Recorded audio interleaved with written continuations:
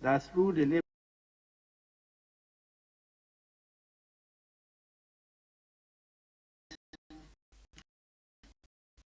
this land and people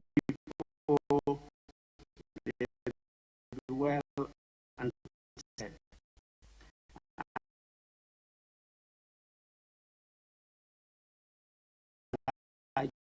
Good purposes for the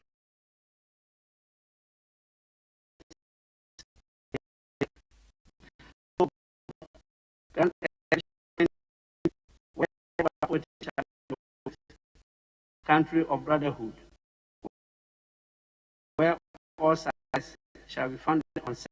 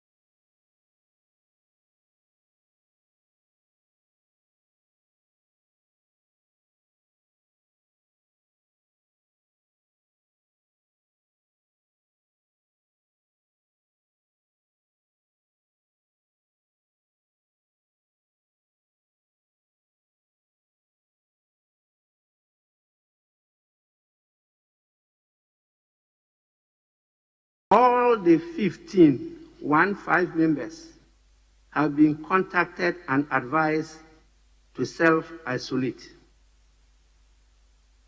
They have also been given prescriptions to facilitate their recovery.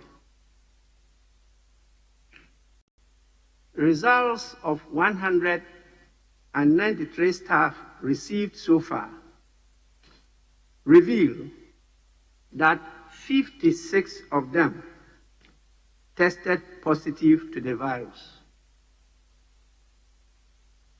All the 56 staff have been contacted and advised to self-isolate.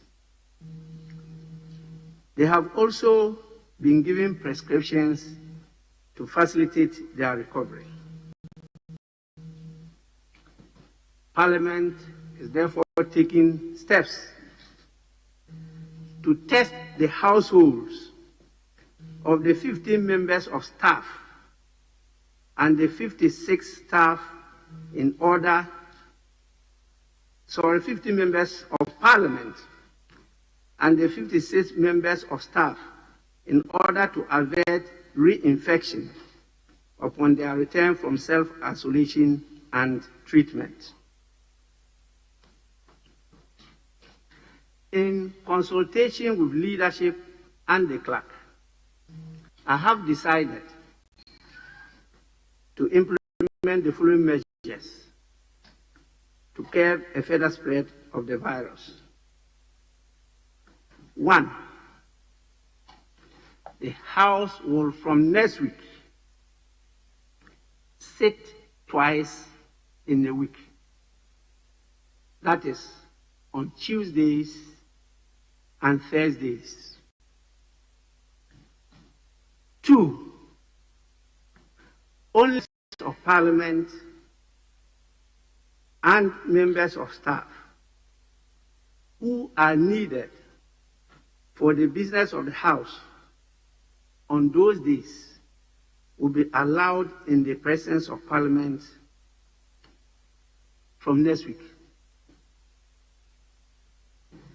This excludes members and staff who have tested positive and those who are yet to present themselves to the test. The Marshal, please take note and enforce these directives. 3, In scheduling business for the House, the Business Committee is directed to note the above decisions. Honourable members,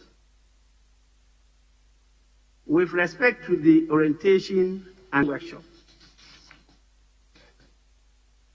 only first-term MPs are to report for the induction workshop on Friday, which is tomorrow, 5th February 2021. This again excludes members and staff who have tested positive to the virus and those who are yet to submit themselves to the test. Parliament is making efforts for a presentation, for a virtual presentation by the resource persons. When that is ready, we hope by tomorrow, participants will be informed accordingly.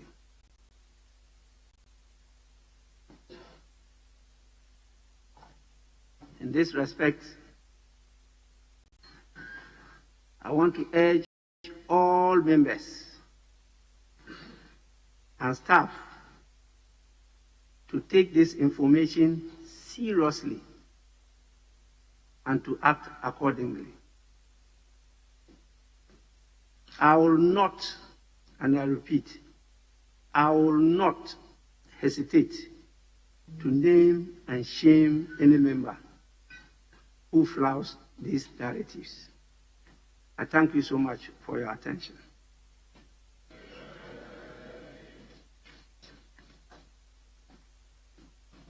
Please.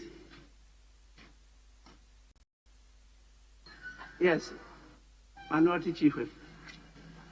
The Speaker, this is a communication from the Speaker and ordinarily should not attract any comment from any member. But the Speaker, I just wanted to draw your attention that after our test here, some members claim to have done some other tests at public facilities. And they said they should bring the results. Oh, okay, sorry. I took note of that, and I think I called on them to submit the results to the director. So we'll get to know at the end of the day the total number. Yes, please. Most grateful, Right Honourable Speaker. I wish to commend you highly for putting our health first and ahead of other. And this is very inspiring leadership, Mr. Speaker.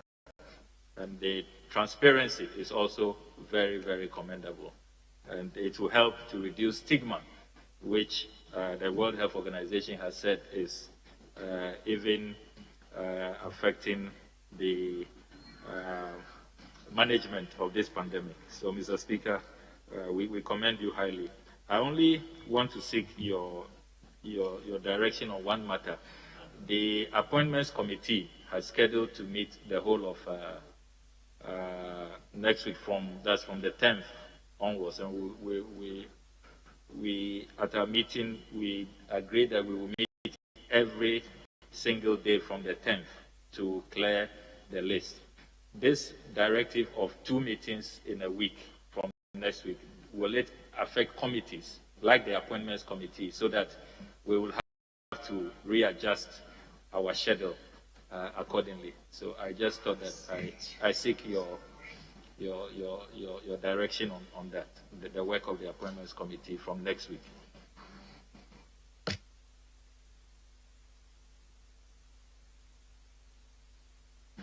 Yes.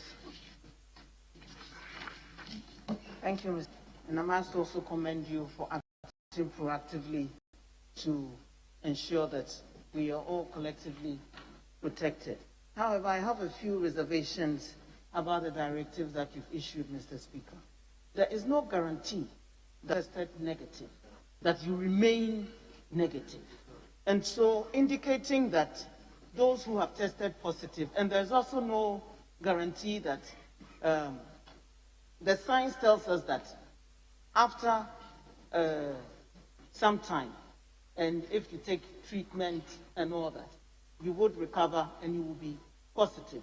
So unless there are repeated tests for members of parliament, there is no guarantee that those who tested negative remain negative and so cannot infect others.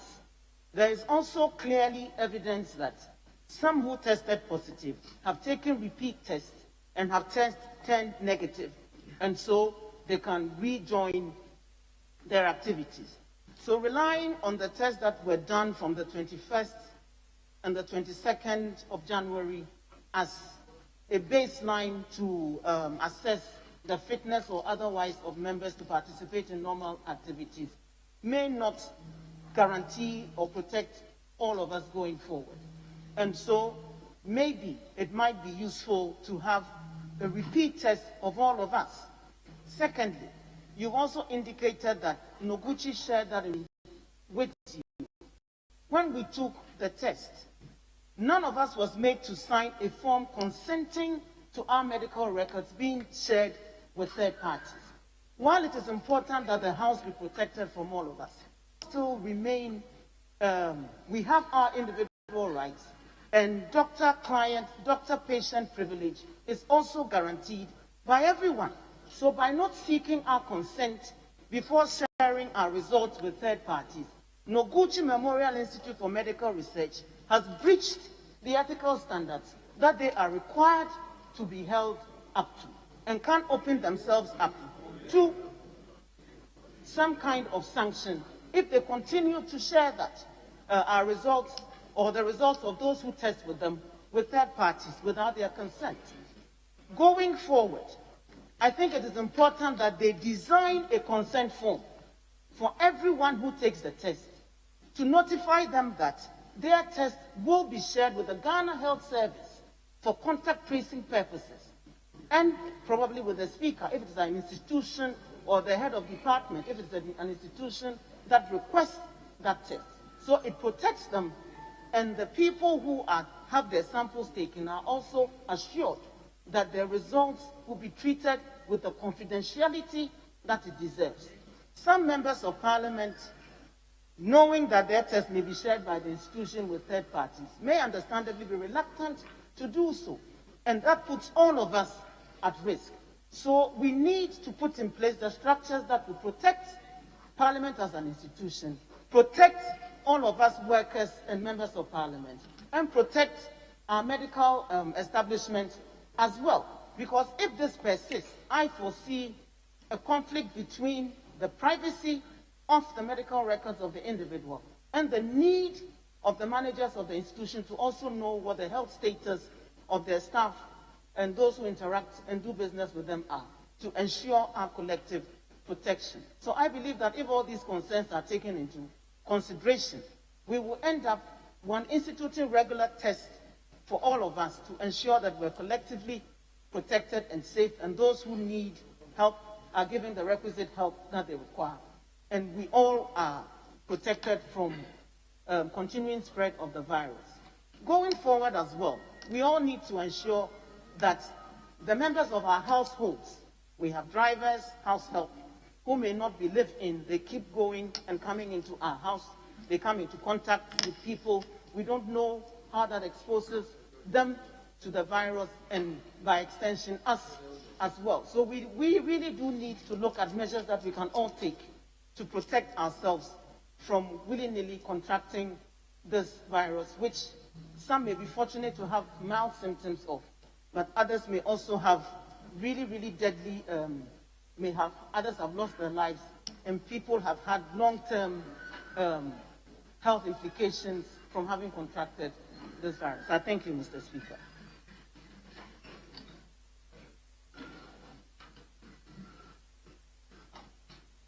I have never seen a formal statement or communication by the Speaker attract so much interest. And so I'll listen to you, I'll take note of the concerns, and then I'll just give a short response. And then we can carry on with the business of the day. There'll be a delay because we're going through all what Honorable Ursula just mentioned. We have to go through all that. But I'll listen to the rest. Maybe they are on other issues. Yes, Honorable Dominic Ayine. Thank you, Right Honorable Speaker. I think the Honorable Ursula Owusu Ekuful made a very important point with respect to disclosure to third parties. But in this context, I do not understand or appreciate the third party she is referring to. Because in terms of the Data Protection Act, you can disclose to, a third party is defined other than in relation to the data control. In this context, Parliament is the data controller. Parliament is your employer and is requiring you, to undergo the test, and Parliament is entitled to know the outcome of that test without the signing of a consent form. That is at least a legal opinion that I hold with respect to the Data Protection Act. Mr. Speaker, with all due respect. Honorable. Yes, take it easy. I will try and recognize all of you. Yes, Minister. Nominee, you are not yet Minister. Yes. I thank you, Mr. Speaker. Mr. Speaker, I would like to associate myself with my colleagues who have highly commended you and the rest of the leadership for taking steps to ensure that members of this House, as well as staff, all stay safe to do our work to serve the public of Ghana. Mr. Speaker, your measures taken so far are so commendable, except that I believe it should go a step further and should be, because Parliament is not an island. We don't live here alone. Parliament is also open to the public.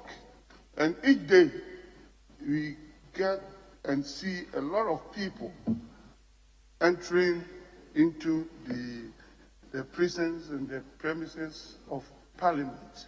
So as much as we are taking steps to safeguard our safety internally, what steps, Mr. Speaker, are being taken to deal with outsiders who troop in to transact various businesses on daily basis? Because, Mr. Speaker, we all know that so far as this pandemic is concerned, it moves as human beings move.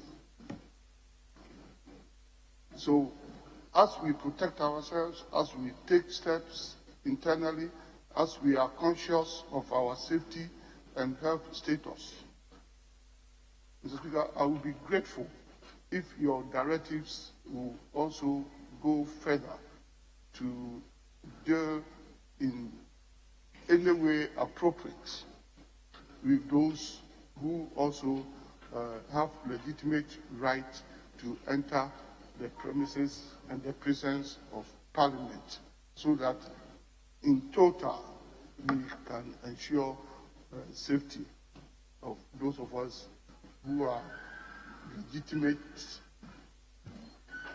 people in Parliament and who come here almost on a daily basis because of the duty that we have to render to the people of this country, so that it will be total.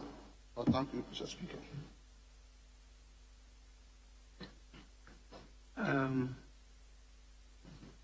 Yes, Thank you very much, Right Honorable Speaker. Mr. Speaker, we are very grateful for the information provided to members. Mr. Speaker, I heard you mention some statistics in respect of members and parliamentary staff, but I see a missing link here. I did not hear anything in respect of our drivers. They were asked to also do the test. And then the Sorry, I didn't hear you. Who? drivers. Drivers. Yes, Mr. Speaker. And then the parliamentary press corps, because they are here with us. After sitting, we engage them, we speak to them. So I don't know if maybe they've done the test and they were lumped together as parliamentary staff, I don't know. So if you can highlight that one for us to know if the media has also undergone the same test or they've gone through the process, so that we will rest assured, dealing with them, that at least they've gone through the process, so that all of us will know that we are safe going forward. I thank you very much for the opportunity. Yes. Thank you, Right Honourable Speaker. And Right Honourable Speaker, I must commend you for the steps you've taken. I just wish and hope that one of the things we can have, which will be a lasting legacy of yours, would be to exploit the avenue of COVID to have a properly digital parliament, an e-parliament, where instead of us sitting 2 days a week, we could actually still sit 4 days a week, but virtually, and be able to conduct our business using secured logins provided by the IT Directorate of Parliament. And I believe that this is one of the legacies that we could actually have, a proper e-parliament from this. Mr. Speaker, just to also add to the conversation on the third-party issue, I would read from the Data Protection Act the definition of third party. It says a third party in relation to personal data means a person other than, one, the data subject, in this case that will be MPs, two, the data controller, in this case that could be the Ghana Health Service or Noguchi that's carrying out the test, and three, the data processor or other persons authorized to process data for the data controller or processor, in that case our employer, Parliament House. So we may need to be minded as to who the third party really is in this matter. I thank you, Mr. Speaker. Yes. Thank you, Right Honourable Speaker. I also commend you for the very good action taking, and my submission is just to clarify something on the same issue of breach of confidentiality from the medical perspective. Mr. Speaker, I listened to you very critically. You didn't mention any name. You said out of 227 members of parliament that were, tested by Noguchi, 15 of them, per the results given to you, 15 of them were positive. And then you also mentioned that out of 193 staff, 56 of them tested positive. And then you gave your directives as measures to prevent these positive individuals from spreading the virus onto others. And you said that if they do not comply, then you have no option than to name and shame. You haven't done that. And in our practice, if you have engaged consultants or medical service to do a test, it is because you want to know the burden of the situation in the organization. And therefore, once you finish with your medical report, submitting the report to the head or the management of the organization, I don't think, with my little understanding and from the medical perspective, I don't think that you are breaching any confidentiality. And lastly, to end, Mr. Speaker, it should be interpreted, in context. See, you are weighing an individual versus the public. And any time an individual poses a threat, a risk to the public interest reigns high. So let's interpret the law in the context of what is happening. You cannot say because of the right and the confidentiality of one individual, the rest, the members of parliament, the staff of parliament, should be exposed and get infected by this individual. But what I'm saying is that names have not been mentioned, and I believe the speaker was very critical and careful. So it shouldn't go out that Noguchi has breached any confidentiality. Noguchi has not done that. Thank you, right, Honorable Speaker.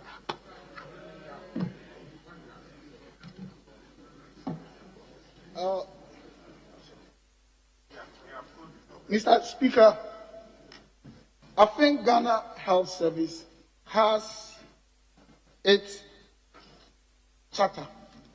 And the definition of charter, I'm not a legal practitioner, I understand, is the legislative or power of organization. And I want to quote what they have to support my senior colleague. The patient is entitled to the confidentiality of information obtained about him or her, and such information shall not be disclosed to a third party without his or her consent, or the person entitled to act on his or her behalf, except where such information is required by law. And I think this is without any ambiguity or debate. And that is what my senior colleague is trying to put forward. She's not accusing the said body we are talking about. But every organization has its legislative, and it has made that stipulation without any. It's something that will benefit all of us. It's not for only the honorable member who raised the issue. It's not for the minority or majority, but for our own good self. So I think we all have to support this issue that she has raised. Thank you, Mr. Speaker.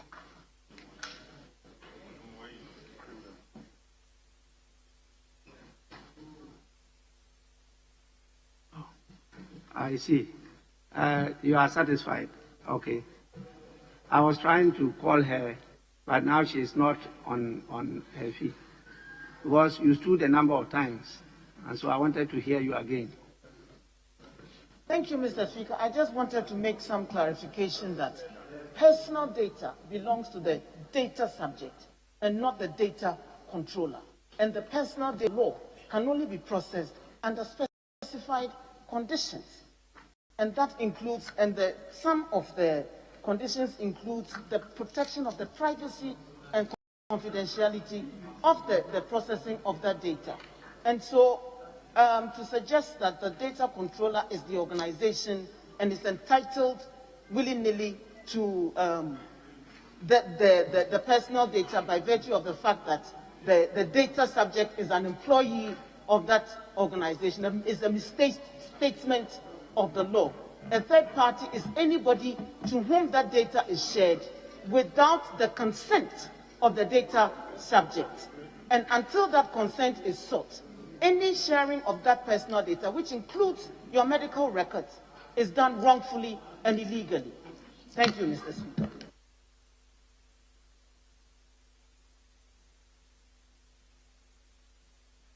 Yes. Thank you, Mr. Speaker. Associating myself with the comments that we made earlier,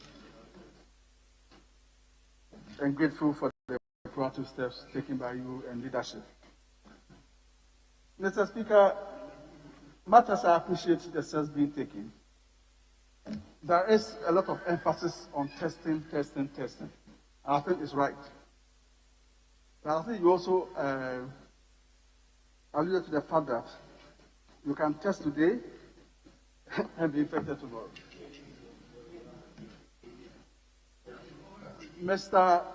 Speaker, without maybe trying to be personal, I did undergo a test officially in Parliament. And if my understanding is right, if you did not receive any message from the people who did the testing, it meant that you are not positive. And I did not get any message from them. Somewhere last year when we all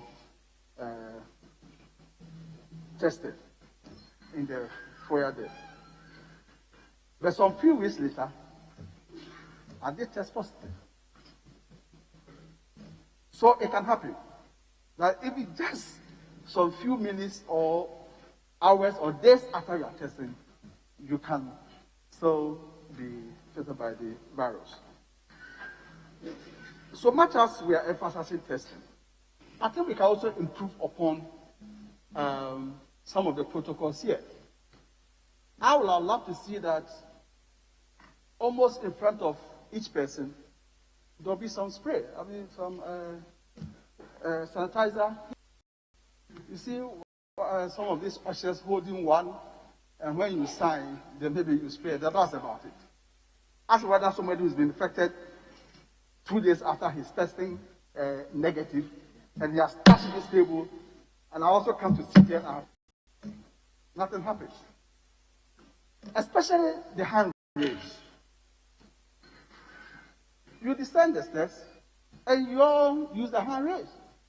And I would have loved to see people, if we have to employ more people, to be standing there and continuously sanitizing the hand raise and the door handles. You enter the washroom and you open the door yourself. Yes, somebody may put his hand under the sanitizer. What about if the person doesn't? So we should have somebody standing there, and once you touch the door, you are also sanitized. So I also want to suggest, Mr. Speaker, that we improve upon the protocols. We should have people standing on the stairways and continuously sanitizing the handrails, the door handle settings, especially in job 600, in the lift. Because we are assuming that because the sanitizer on the wall, anybody who has passed there will automatically do it. However, if the person doesn't do it and he has been infected and we also don't know. And this happens on daily basis. So you can test every 2 weeks. But in between the 2 weeks, somebody will be affected by the virus. So I will also say that let the improvement of the protocol services rather be increased. Much as we are emphasizing testing, I have no problem with that, but please, on daily basis, if not even on hourly basis, let us improve on the protocols, provide sanitizers, provide people, if you have to employ more people, ushers, to be standing in the doorways, on the staircase, in front of the lifts, in the corridors. Anytime they see somebody, they offer the sanitizer to spray your hands and also observe other protocols. I think that also go hand in hand in addition to the testing regime that we are all promoting. Thank you very much, Mr. Speaker. Yes. Thank you, Mr. Speaker. Mr. Speaker, I want to associate with many of the comments, except to say that as Chief Whip, I've gotten the privilege to work very closely with colleagues who have had one challenge or the other.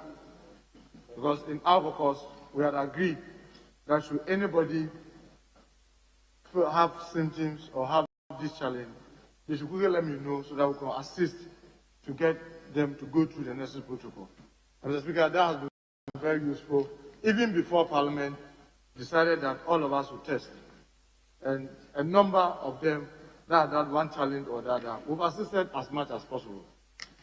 Now, Mr. Speaker, with regards to what my colleague, Honorable Osler, was saying, I want to refer her to Article 18.2 of our Constitution, where Mr. Speaker, with your permission, I read that no person shall be subjected to interference with the privacy of his home, property, correspondence, or communication, except in accordance with law, as may be necessary in a free and democratic society for public safety or the economic well-being of the country, for the protection of health. Mr. Speaker, my emphasis, for the protection of health or morals, for the prevention of the disorder or crime, or for the protection of the right or freedom of others. Mr. Speaker, you remember that I'm with all humility one of those who drew your attention and leadership that this dinner test be done when I had a number of calls from our colleagues. Mr. Speaker, you also remember that when the Noguchi started calling to tell us that some of your members who have tested positive are still coming to the house. That was when. Then can we know the names of those who have tested positive? It is to protect all of us. Because the majority of them will recall, in the last parliament, after these tests were done, and some members who have tested positive were still coming to the chamber, he made a comment here. They are members. Those who have done the test are telling us that some of you who have tested positive are still coming to the house. Can you please desist from entering into the chamber? It is because of our behavior that when we have been tested positive and we know that we've been told we've tested positive, we still defile and still enter the chamber. That made Mr. Speaker to say, can we then know who and who has tested positive? Mr. Speaker, this is our collective right to know that Muntaka has tested positive and therefore should not be in the chamber. Because so long as I enter this chamber, if I'm positive, and I, this irresponsible and negligent, that I've been told I'm positive, yet I feel that I'm strong, so I'll still come into the chamber, I have the tendency of infecting others and degenerating this house into a complete chaos. And bringing violence. And when I'm doing that, it is only proper that those who know that I've tested positive must draw the attention of the leadership of this house so that I can be made to stay away, because we are talking about public safety. It's about public safety. It goes beyond just one person. That is why this house has given the president the power to enact regulations that have curtailed the freedom of many people in our within our country. So, Mr. Speaker, I want to urge my colleagues that, look, this is a very serious thing. Let's not be playing semantics with it. Let's come together as one people to be able to defeat it. And when we put in measures, let us all agree. Because, Mr. Speaker, I completely disagree that some other persons will tell us that they have gone to do their test in a private facility. We must not accept that. We must have the same denominator for every one of us. This is an institution that is we have selected that all of us should go through. All of us must subject ourselves. Mr. Speaker, you remember, and I think Ms. Majority there who may remember, some 2 weeks or so, I had fever and I went and did my test in a private facility. It was negative. But when this was instituted, I had to go through it again.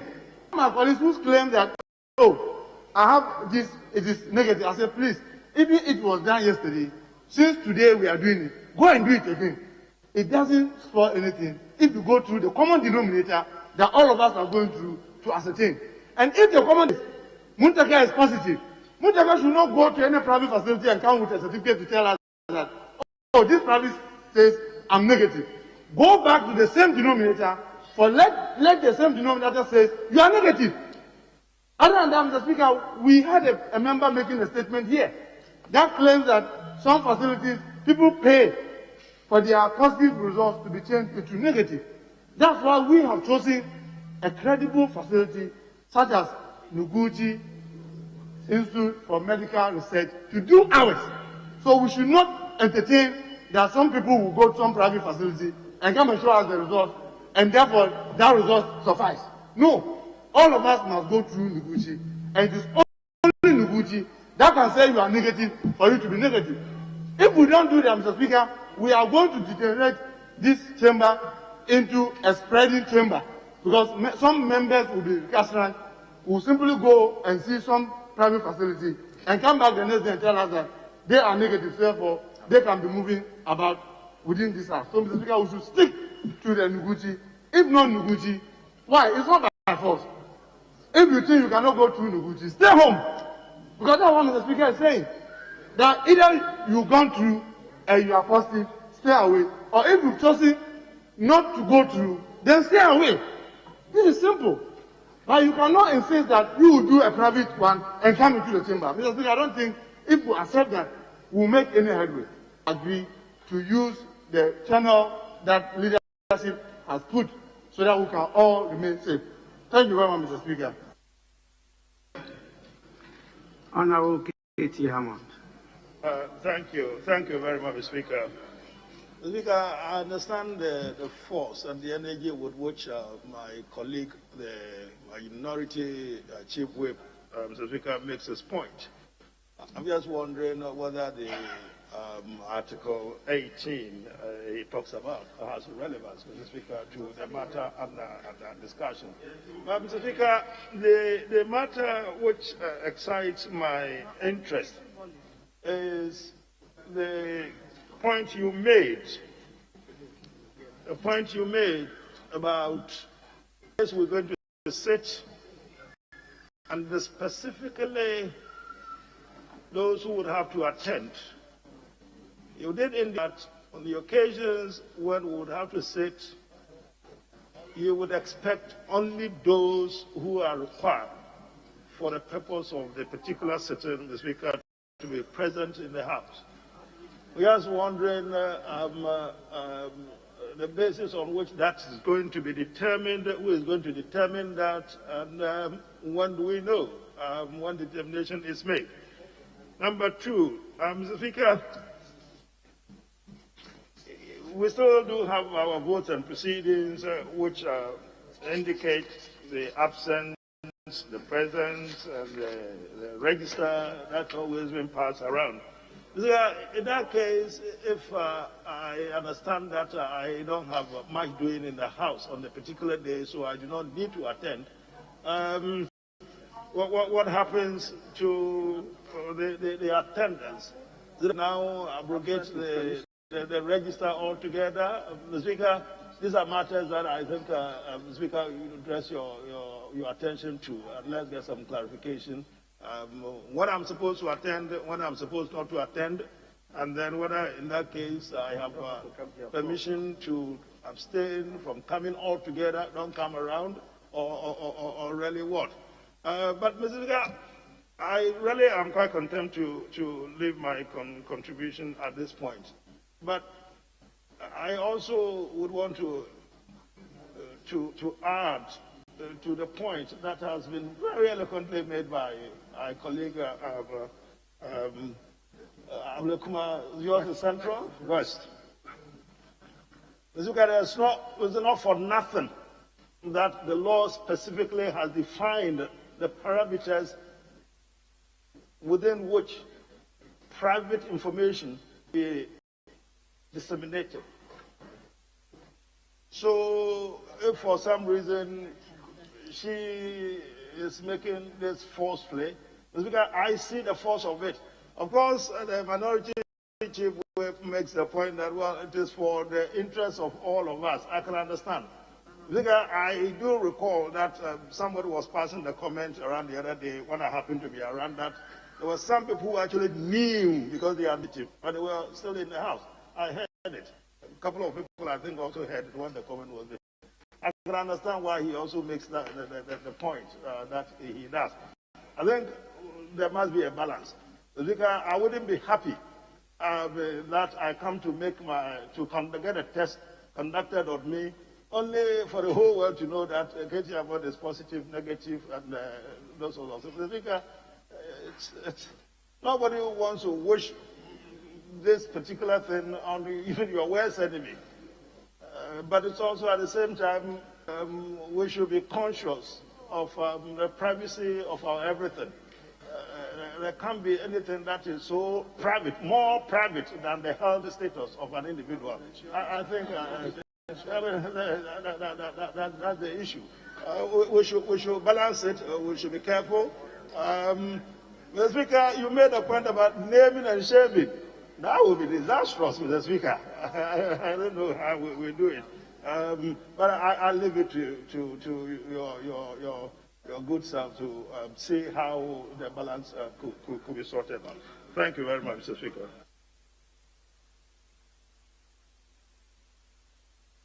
I thought we've had enough, but majority chief whip, yes. Speaker, I'll try to be brief. Speaker, I think that ever since this matter gained public space and the headlines, if you listen to the narration from this House, We've been eloquent and consistent, putting pressure on the executive. I think it's fair that we also look within ourselves. And in that context, I want to join the voices earlier in commending your good self for a well thought out directive. Speaker, first be told the matter raised by the Honorable Ursula is something that we have to revert our minds to, especially in the face of the fact that this is a law-making chamber, and we should be seen to be setting the example for others to follow, especially when it comes to respecting law and ethical concerns. I am also very careful in admitting that we are in a critical situation, and hence we cannot allow ourselves to be overly carried away by ethical concerns and glossing over the implications of this deadly disease on all of us. Speaker, my earlier point made about in-house assessment comes in wake because I have a personal experience, and the clerk is here. He will confirm that on 2 occasions I have tried to go for the test when it was announced that members of Parliament could go for the test. The professionals mandated to run this test were nowhere to be found on 2 occasions. So under the circumstance, I had to go to Kolebu and run the test myself. And subsequently, I brought the results to the clerk. The point I'm making, not to belabor the point I'm making is that, Speaker, we have to properly put our house in order so that these basic things like the testing shouldn't become an issue.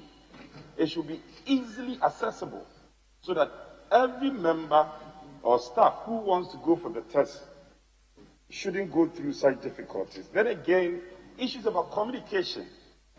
Again, I had to visit the outfit of the clerk to be aware whether any member on our side has tested positive. And information was not coming forth.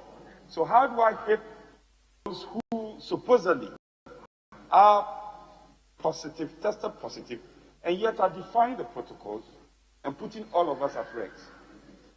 And these all feed into concerns about in-house arrangements, being on spot on, so that we are all not exposed to this risk. The testing concern raised by the Honorable, my senior colleague, the Honorable Damboche, is so important. And it goes without saying that you can test negative today on few minutes, and in some other minutes you could test positive. So we should run a concurrent, like a work in progress, where often than not, members can test. And the testing processes and systems should be so accessible for all of us to be able to go through it. Especially where we are saying that even when you go to a private center to test, you still have to prove by going through the mandated professionals who have been mandated by your outfit to do the testing. So it's important. Speaker, I was just thinking aloud that what is happening in other jurisdictions where Parliament is sitting,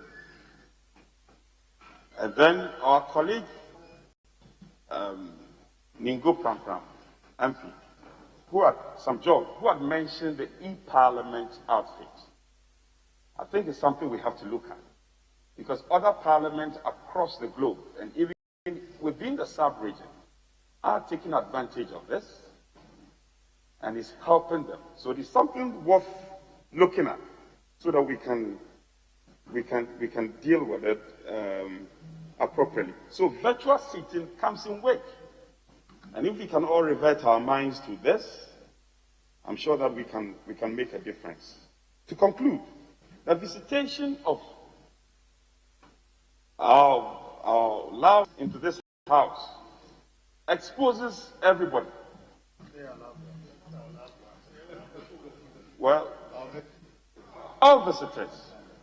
You try to use the elevator, and I mean, it becomes so dangerous for you to use. So we have been respecting the protocol, and I must commend a few of the clerks who man the chamber. Anytime you have to register, there are sanitizers around that you have to sanitize. Sometimes they even have to sanitize the pen you use. So it is not all gloomy. There are some positives that we need to identify and harness this positivity for the good of all of us. But I dare say that at a point in time, we let down our guards as an institution, fact be told. And so we have to up it again and ensure that there is strict adherence to the protocol. It is only then, combined with the regular testing, that we can all see our way clear. Speaker, maybe let me also suggest that we need some professionals to come around and assess our situation. Yes, posing as a risk may not necessarily be a risk. We need professionals to come to assess the whole Parliament. I don't know if within, in-house, we can have such professionals so that we will be advised accordingly. I think if we do this, we'll be able to make. But I'm particularly happy that, Speaker, you are giving some directives. Let's do some more consultation, and I'm sure that we can get an absolute directive which will help all of us to overcome this virus. I thank you, Speaker. Yes, honorable members, I will not attempt to respond to all that has been raised. But just to show you that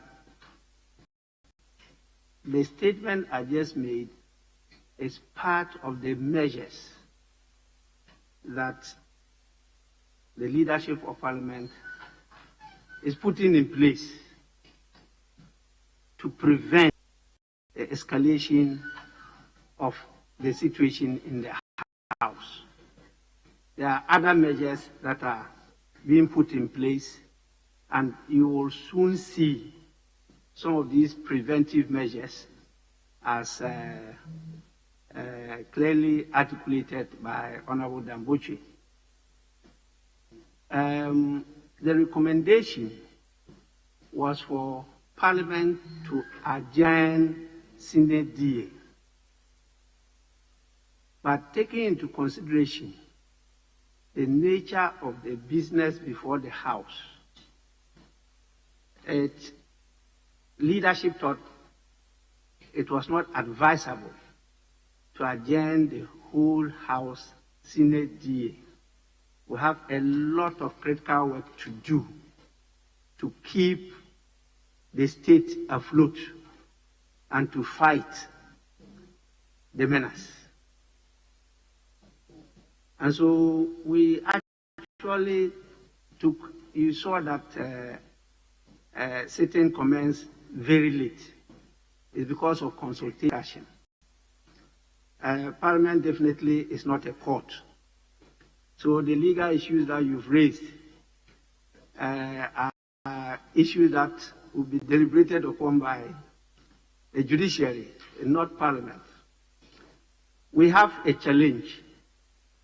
Parliament is the house of the people. We are here to represent our people. It is extremely difficult to perform our function without the people. Whether it's your individual functions or committee or plenary. And that is why we have the public gallery. That is why we have the parliamentary press corps. You have to constantly be in touch with your people, with the country. And so it's very difficult to directly prohibit the public from participating or from coming to the presence of the House. The notice we have given should be enough advise to the public not to frequent here for their own safety and for the safety of all of us. And so we've been a bit tactful and cautious in taking these measures. You realize I talked about the business of the House and also referred to the Appointments Committee. Definitely sitting as part of the secretary of the House. But because of the nature of the work, I have indicated in the statement as to what should happen. That it's only when you have business in the House that you should attend sitting. Definitely the standing orders and some portions of the Constitution with regard to absence from Parliament, the leave of absence or no leave of absence, is taken into consideration because there's a reasonable excuse for you not to attend parliamentary sitting. So no member will be caught because the member is not attending parliamentary sitting. But if you have business to transact, definitely by this statement, you are at liberty and you are invited to be part of the deliberations, either at the committee level or at plenary session. And so that is allowed by the statement. The issue of private or privacy and confidentiality is a difficult one. And I think that if you raise this even before a court of law, they'll have to take a lot of evidence to be able to rule on it. But the issue is still there that as members of Parliament, public officials, how private are you? We have our privacy, but that privacy seems to be ebbing away to the extent that you all will admit that your constituents and friends sometimes even follow you into your bedrooms to transact business with you. You know, and so it's very difficult to delimit the perimeters of that privacy, even though in law and in fact, we also have privacy. But it's very, very difficult to delineate that privacy in connection with such matters, particularly when the public interest, safety and security of all of us is at stake. I believe that Noguchi hasn't erred in this direction. We contracted them to do a job for us, and therefore they had to report to the institution of Parliament.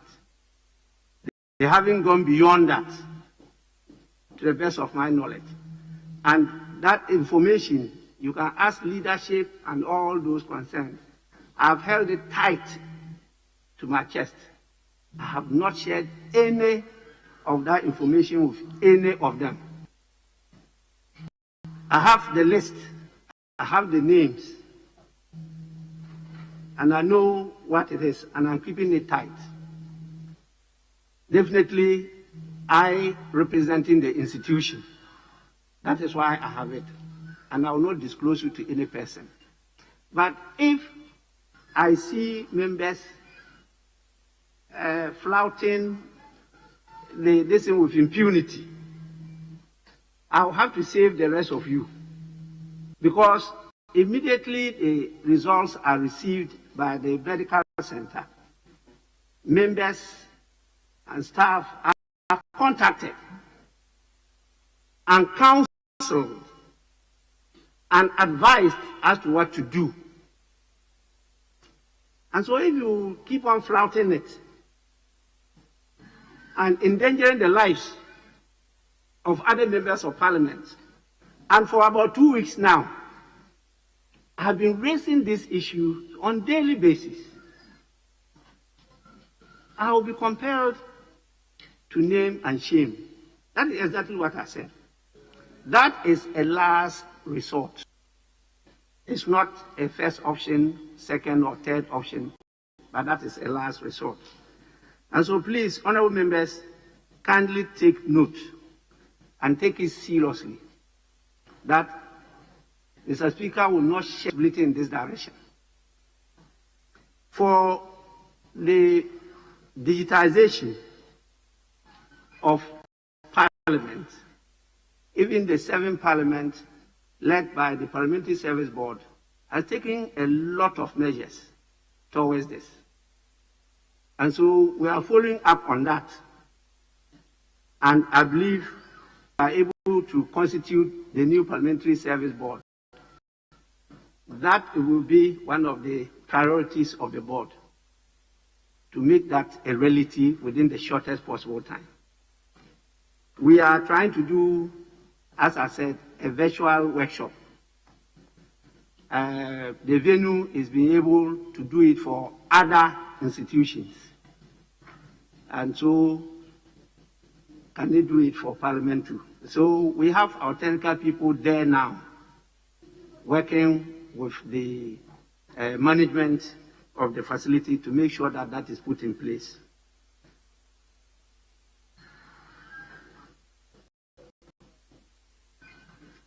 The issue of support staff, we actually directed that the support staff, such as the police service, fire service, the medical staff, and the others who really work with Parliament, should be given the same facility. But for staff of contractors, it's not for Parliament to take up the bill. It's for the independent contractors to pay for the test, the cost of the test of their staff, and not Parliament. That one we made it clear. As to your drivers, we did not include the drivers of members of Parliament. That was not specifically made to my knowledge. I will hesitate to take a decision in this matter without consultation. Members should not forget that there's really huge cost in this matter, and that we are operating within a budget. In fact, we have, as I stated earlier on, requested for a number of, not just the protocol, but other facilities to be made available in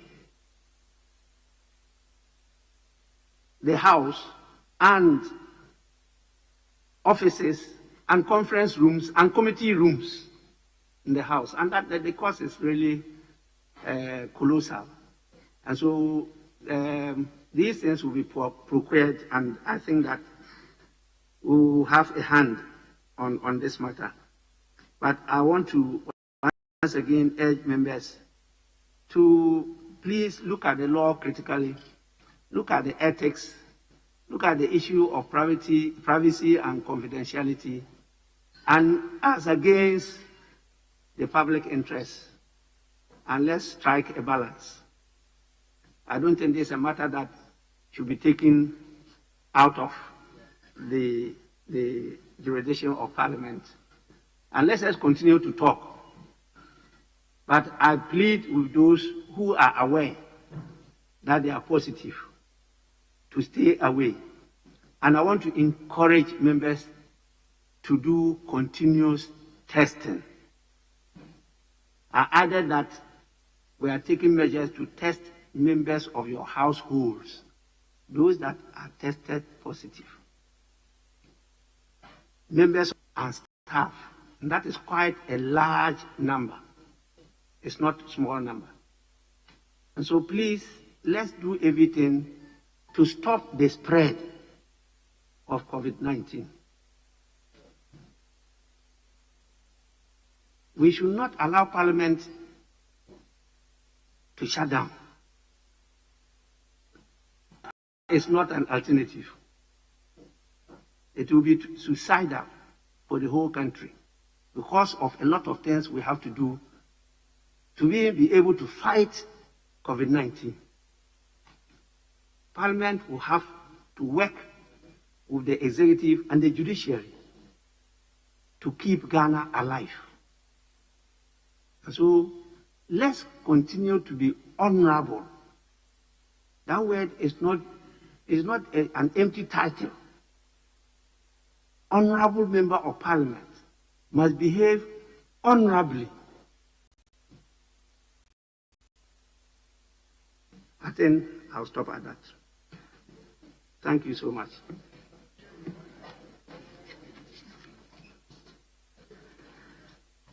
Honorable members, item 3. Majority Leader, yes. Speaker, I think we are speaking to the same issues. We are indeed speaking to the same issues. We want to protect life in this House and indeed in the presence of Parliament. The Speaker, you are urging members to do continuous testing, which is imperative because these people are going to, you are indicating to us that they are coming for a mop-up, a final mop-up tomorrow. They will leave once they do that. And indeed and in truth, if you test it today and it comes out negative tomorrow, they are here tomorrow, you are not going to apply yourself again, they leave within 1 week or 2 weeks, you could still contract the disease. So is it the case that you are going to invite Noguchi to be here fortnightly? Mr. Speaker, that is not the intention. And that's why the statement that all of us should be benchmarked at the same time, Mr. Speaker, is pregnant with some connotations that maybe the facilities outside may not be good enough. So where do we engage in the continuous testing after Noguchi has left? Let's not bastardize the others. Let us not try to bastardize the other facilities outside as if they are not credible. They are credible. The fact that maybe one mistake might have been done by an individual doesn't mean that they are it. So we should be careful.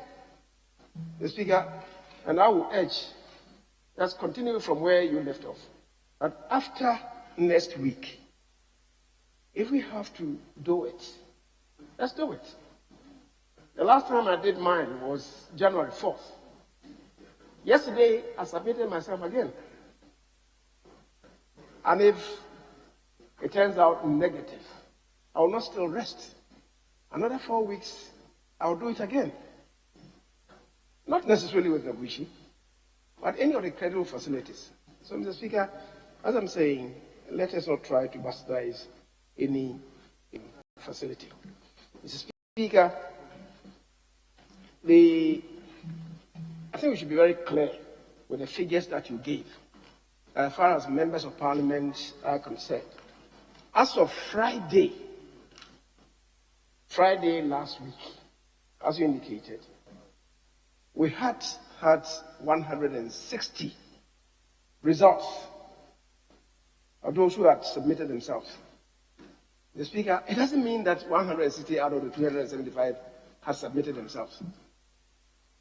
It means results had come in respect of the 160. Yesterday, people submitted themselves. The day before yesterday, some members submitted themselves. So the number could be far higher than the 160. All that you are saying is that out of the 160 that came, 15 had tested positive. The good thing is that many of them who went into solitary confinement, the Speaker, are coming out safe and sound. With the staff, again, the results came in respect of 193. It doesn't mean that only 193 of the staff had submitted themselves. The figure could be higher. But results have come in respect of just 193. out of which 56. That is a bit scary. That's a bit scary. We are told that those of them who tested positive have also self-isolated. The hope is that many of them will come out with a clean bill of health. So let's continue to urge members and staff, and of course the journalists amongst us. I don't want to talk about what I heard about their numbers as well. So they should also be careful. The issue about our drivers, as drivers who are not in the system, I would urge that we endeavor to carry them on board. Because if we don't, we'll not be able to reduce the risk. Even those of them who have come out with negative results, if their drivers are still ferrying them and any of the drivers is also affected, very soon it will spill up. Mr. Speaker, I will beg of us, yes, it comes at a cost, but let's bear the cost of testing of drivers for members of parliament who are not in the system this time around, so that we are able to minimize the spread of this disease. Finally, Mr. Speaker, just to emphasize by the honourable member for Abrekuma West, Mr. Speaker, the point was not being made that we should not protect the health of others. What she was drawing attention to was that even in respect of Article 80, which I don't even think honestly applies in this case, because Article 18 is on the protection of privacy of homes and property. It's not about protection of individual lives. Mr. Speaker, having said that, what he was trying to communicate is that even if it has to be done, it has to be done in accordance with law, as provided for by Article 18, that any disclosure must be done in accordance with law. If it has to come to the Speaker, if it come to the medical directorate, the directorate in Parliament, so be it. I'm not minded to look for individuals who have contracted a disease. I don't think it is ethical. And I've been insistent. I remember way back, some of our colleagues were saying that we should indicate the names of those of them who have tested positive. I thought it was outrageous.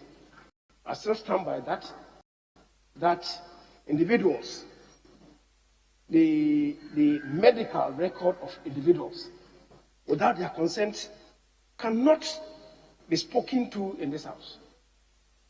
Mr. Speaker, I thank you.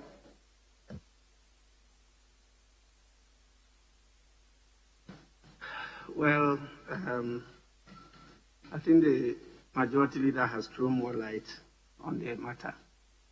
I've just been informed that the Noguchi Memorial Institute for Medical Research has agreed to do further testing after tomorrow.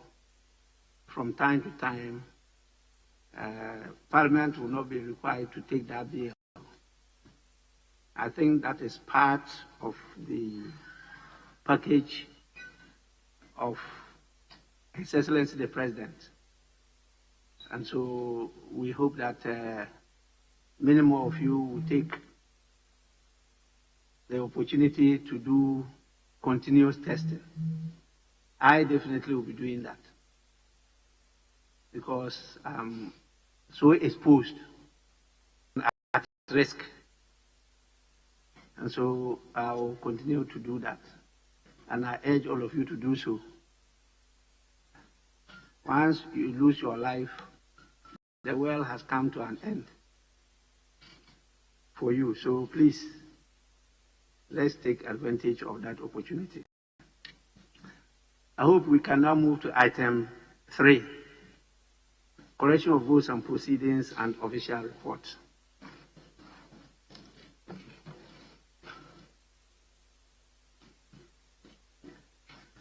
Correction of votes and proceedings for Wednesday,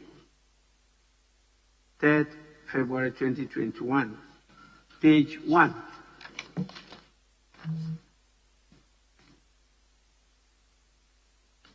Page 2.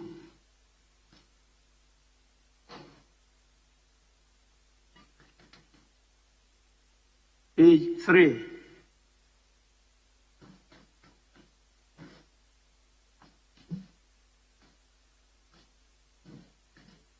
Page 4.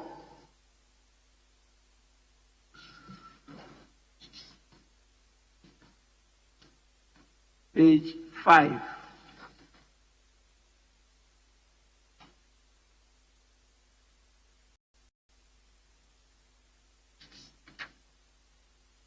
Page 6.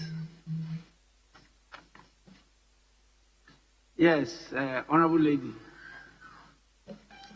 Mr. Speaker, on page 6, item 19, it states Sheila Battles as absent, but I was present yesterday. Thank you. Able Office, kindly take note. Page 7. Yes, Honorable Blakwa. Most grateful, Right Honourable Speaker. Right Honourable Speaker, the list of directives issued by the First Deputy Speaker, who chaired proceedings yesterday, Mr. Speaker, conspicuously missing is an important directive he gave about COVID-19 testing and the imperative for members who have tested positive to self-isolate. That was a very, very important highlight of yesterday's proceedings, but it's totally missing. And if the table office can kindly capture that for the records. I thank you, Mr. Speaker.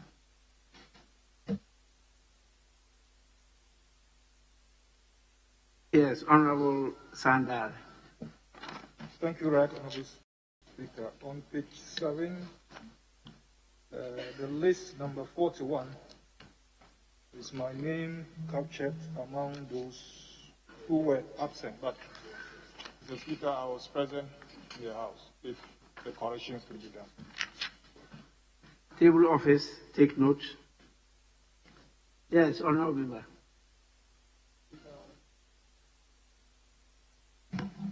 Page 6, item 7.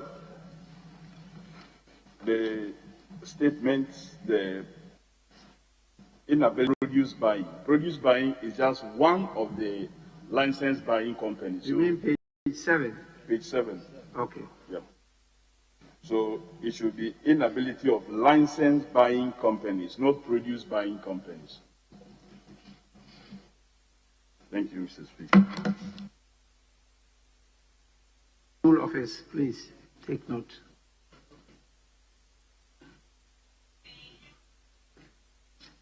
Page 8.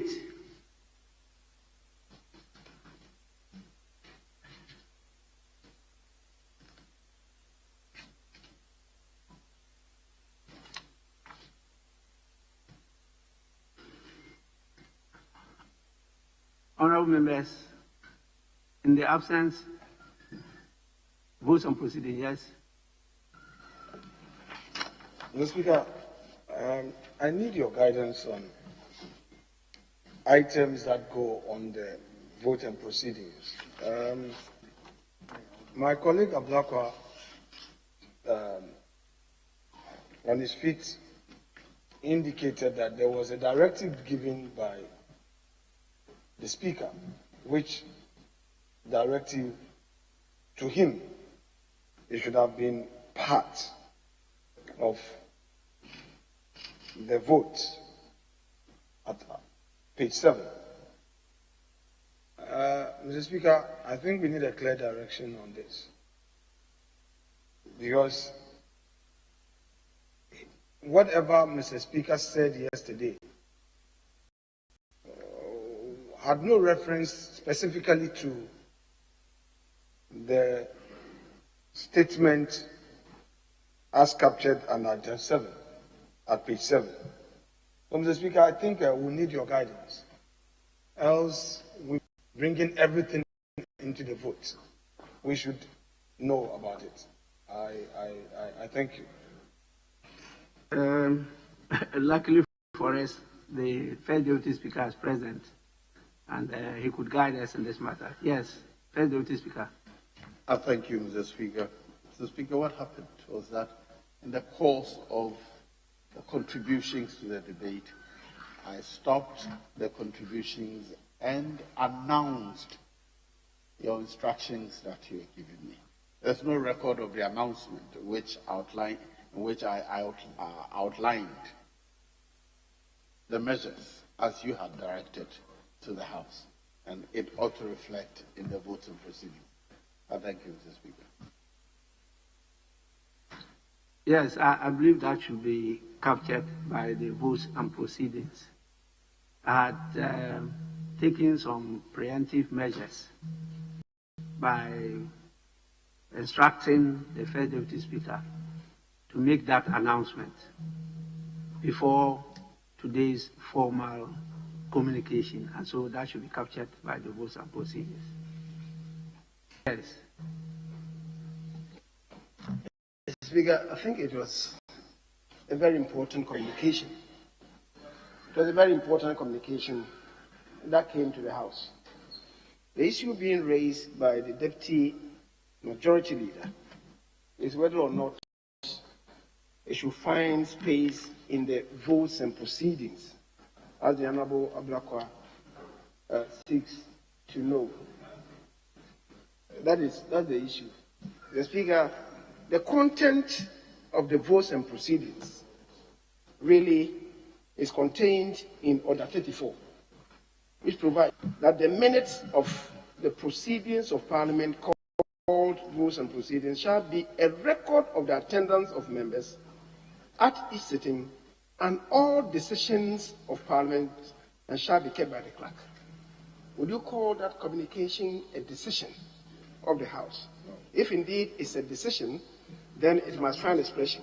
If it is not a decision, but an announcement, does it have to find place in the votes and proceedings? I think that's the issue at stake. Thank you, sir.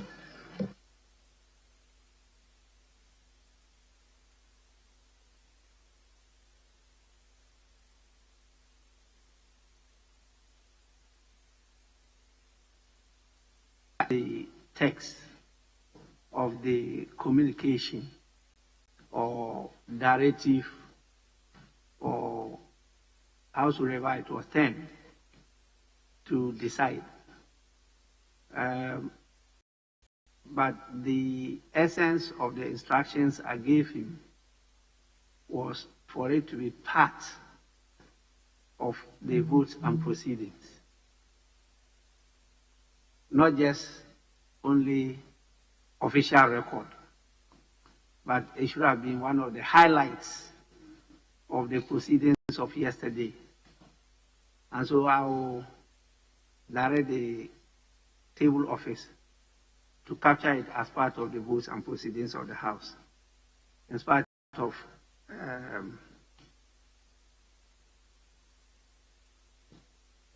what has been said.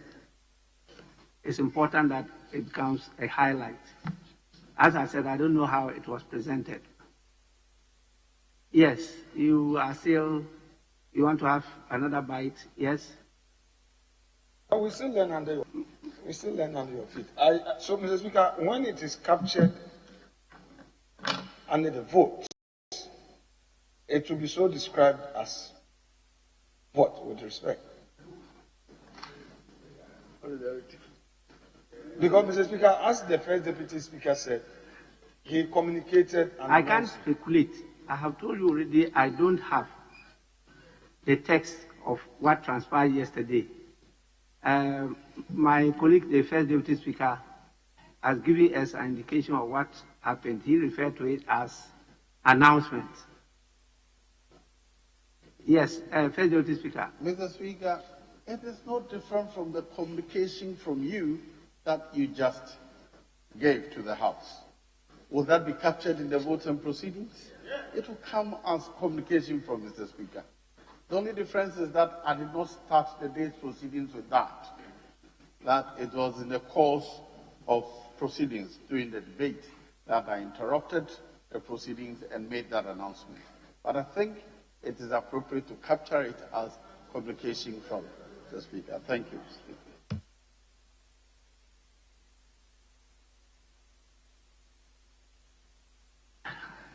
If it is in the sense of what I just did, that definitely will be a decision, and it should be captured by the votes and proceedings. Coming from the chair, it cannot be any less than the decision of the House, because we are urging members to comply, and we even use the word directive, and so it should be captured. Yes, honorable members, I was just about to conclude on the votes and proceedings when the honorable member for Efutu raised this issue. So, in the absence of any further corrections, the votes and proceedings of the 11th sitting of the first meeting of the first session held on Wednesday, 3rd February 2021, are adopted as a true record of proceedings. We now move to official reports. I have the official report of Thursday, 21st January 2021. Any corrections? Yes, Honorable Ablakwa. Most grateful, Right Honourable Speaker. Right Honourable Speaker, please, at column 010, the last paragraph, I believe that the last line, the word there, smitten, should be editing.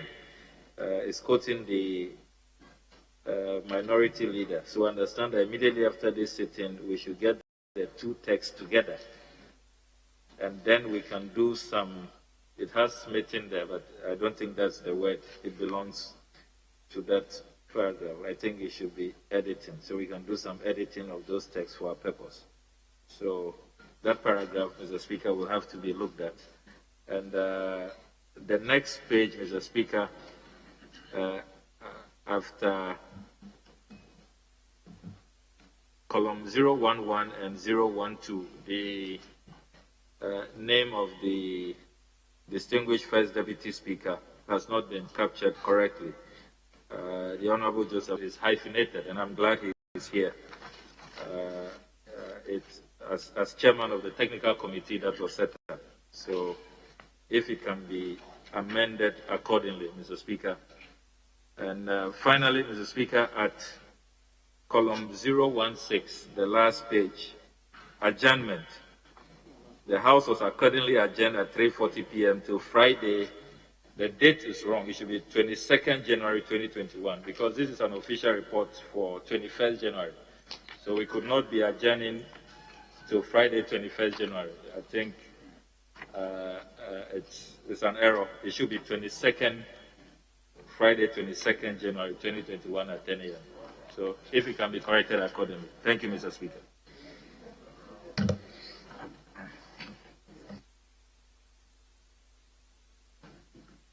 Thank you, Honorable Blackwell. We've taken note of that. And any further corrections?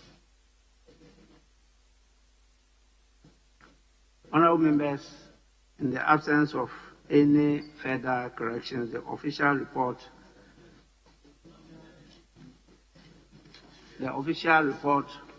of Thursday, 21st January 2021 is hereby adopted as a true record of proceedings.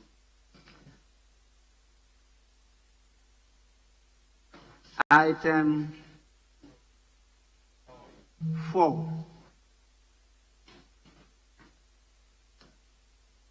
Yes, Honorable.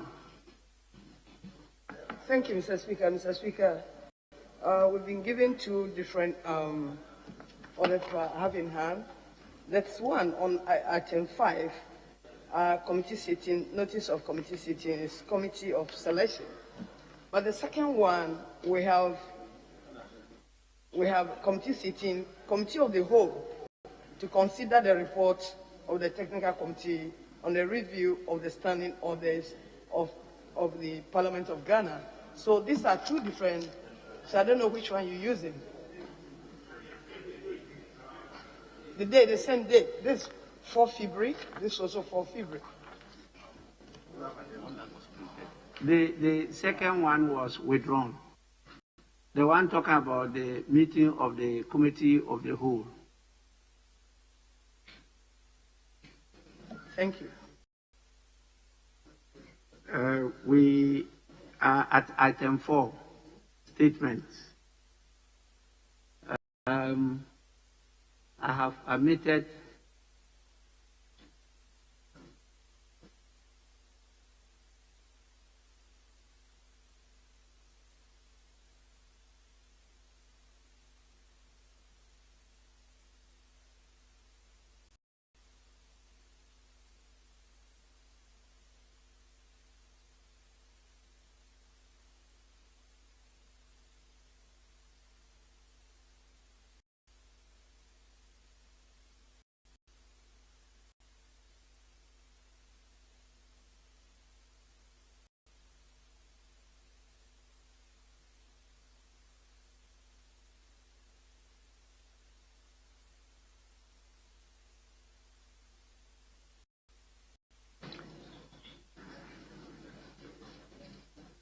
I have admitted a number of statements,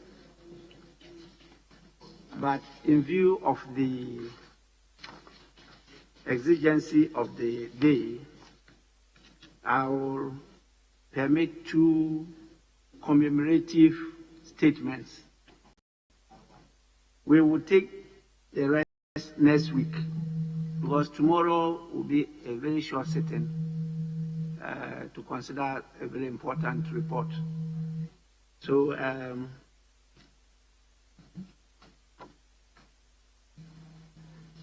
two commemorative statements.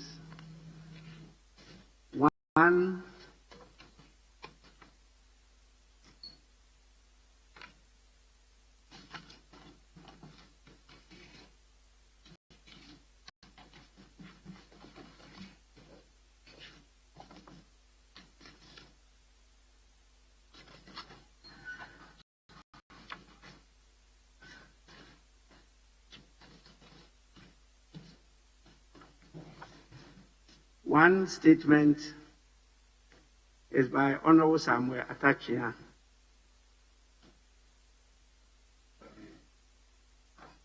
The occasion of the 56th anniversary of the demise of Dr. Joseph Kwame Chichi Boache Dankwa. Honorable Member, you may make your statement now.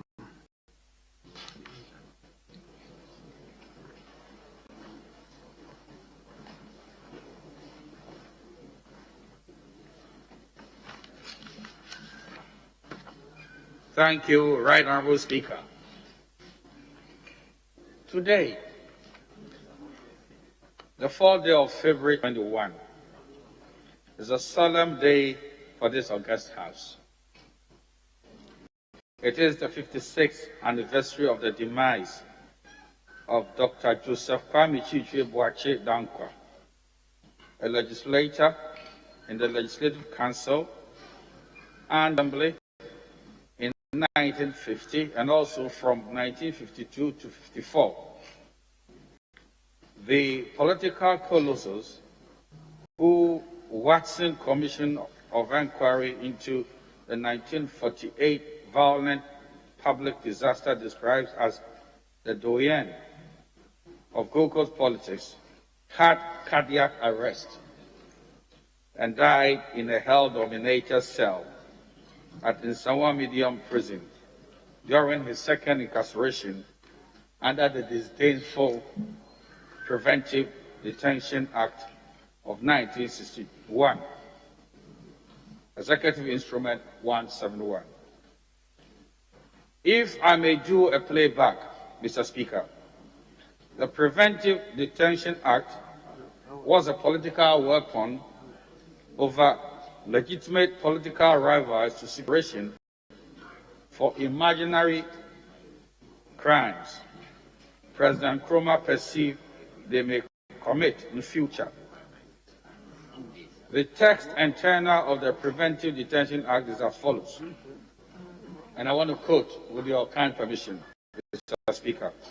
Whereas the President is satisfied that this order is necessary to prevent the persons described in the schedule to this order from acting in a manner prejudicial to the security of the state, unquote. I beg to submit, Mr. Speaker, and not too long ago, the mens rea, which means the mental state, and the actus reus, which also means the physical action associated with an accused person, need not be the subject matter of a criminal trial, but strangely, what a citizen of Ghana might think and do in future, according to the clairvoyance of the President, is sufficient for his incarceration. On this reflective moment, I shall dwell on the intellectual sophistication and legacy of Dr. Dankwa and play down on the turbulence of his political life. The academic trajectory of Dr. Dankwa by the colonial measurement, and even now, is extremely impressive. In his innocence and at the age of 6, he started his primary school at Basel Mission Achebi in my constituency, having been born on the 18th day of December 1895. He had his free senior high school education, if you like, at Basel Mission Senior School at Begro. He worked as a clerk to the renowned Gold Coast barrister at law, Fidel J. Buckle, and the then Supreme Court of the Gold Coast. In 1925, he was awarded BA degree in philosophy in the University College of London, converting the John Stuart Mill Scholarship in the philosophy of mind and logic. By the grace of God and by dint of this exceptional personality, and in 2 years, a Doctor of Philosophy degree. His thesis being, Mr. Speaker, I want to quote, the moral end as moral excellence. Mr. Speaker, within that hot academic space to earn his PhD, that intellectual colossus was admitted into the Middle Temple and was called to the English bar in 1926. Mr. Speaker, the intellectual prowess of Dr. J.B. Dankwa paid off when he bequeathed Ghana, Africa, and the world the following seminal publications. 1. Account Laws and Customs and the Achimabwakwa Constitution. Cases in account law, decisions delivered by Honorable Nanase Oforiata, KBE, Paramount Chief of Achimabwakwa, an epistle to the educated young man in Abwakwa, Liberty of the Subject, 1937 to 38, a monograph on the Gold Coast, cocoa hold-up and boycott of foreign goods. 5. Ancestors, Heroes, and God. Nyankunsem Fables Celestial, a tree play, 1941, recommended for use in schools by the Department of Education. 7. The Third Woman, a play, 1943, based on African folklore on the creation of the new woman, fair to Eve. Theme, peace in my understanding. 8, the Akan doctrine of God. A fragment of Gokul's Ethics and Religion, 1943. 9, Friendship and Empire, Lessons of the African Conference. And 10, the Ghanaian Establishment. Mr. Speaker, let me briefly touch on the intellectual legacy of our revered political ancestor. Professor Alex Kwapong, in his lecture on higher education and development in Africa, a reappraisal delivered on March 1979, assessed Dr. Dankwa as follows. Mr. Speaker, with your kind permission, I'd like.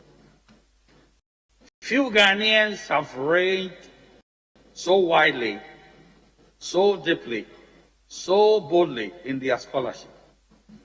Few were so cosmopolitan or so interested in foreign ways and ideas, yet few were so steeped in or proud of their African culture, unquote. Professor R.F. Amamo, subject, Language and Nationhood, Reflections on Language Situations, with particular reference to Ghana, underlined the intellectual prowess of Dr. Dankwa thus. With the benefit of hindsight, one cannot help regretting that greater use was not made of such great talent as Dr. Dankwa had. We dedicate ourselves to the ideals of scholarship Dr. Dankwa represented. We fervently hope that his sacrifice will not have been in vain, and that we will continue to be fired by his grandiose example of intellectual excellence and the indefatigable energy and outstanding personal courage. See J.B. Dankwa Memorial Lecture, Series 19. In his classic, The Akan Doctrine of God, Dr. Dankwa corrected the myopia of Dietrich Westermann, the then director of the International African Institute in Berlin, pertaining to African religion in the following terms. Right, Honourable Speaker, I beg to quote. It did not seem to occur to him, Westermann, that the Christian religion had been, even before Rome became officially Christian, an African religion as well. The tendency of certain Christianity as a European product is greatly to be regretted, unquote. Dr. J.B. Dankwa, in his disposition, quote, cultural elements in Ghana, at page 303, sets the stage for Africa's cultural renaissance. Quote, in fact, some of the discoveries I've made in the course of my research about the Akan in particular, and the people of Ghana in general, are so astonishing that it has become difficult during the last 10 years or so to get English or American publishers to look twice at any of my manuscripts and muster courage to publish it until we get our own publishing houses and our own financing foundations. It may be difficult to put across to the world results of research which are likely to destroy the false picture which some learned people in the past formed about our people and our land, unquote. Dr. J.B. Dankwa, unlike his jailer, saw the intrinsic worth in the Ghanaian and introduced it into the Akan lexicon, our culture, at the Shemama and daughters of people who are free. See page 25 of the Akan Doctrine of God. Apart from the fact that Dr. Dankwa was a prolific writer with intellectual depth, he was also a poet. Right, Honourable Speaker, please enjoy one of the flow and rhyme of his poems. Quote, I was sick, I was born, and I was sick of it.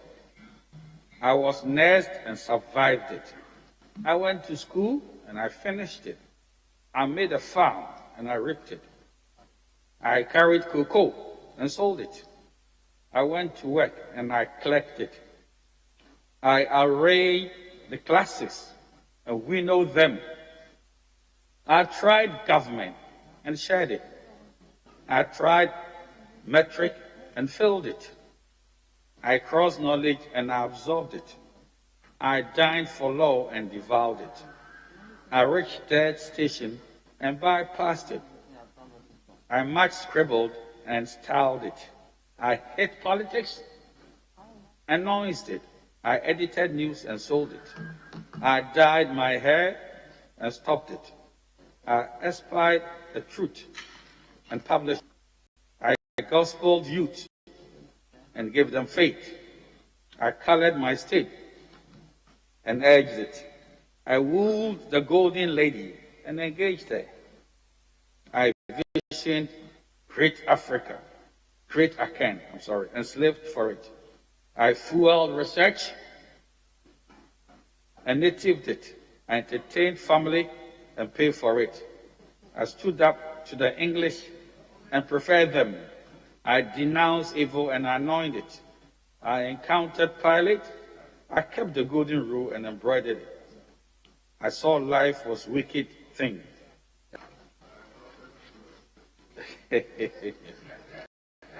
Ghana found dear coffee by them referred to it. Abuakwa Susubrebe de Shekron, them referred to it. You wrote Ghana's democracy with the blood of your sacrifice. Right, Honorable Speaker, I treasure the space you afforded me to make this commemorative statement. Thank you very much.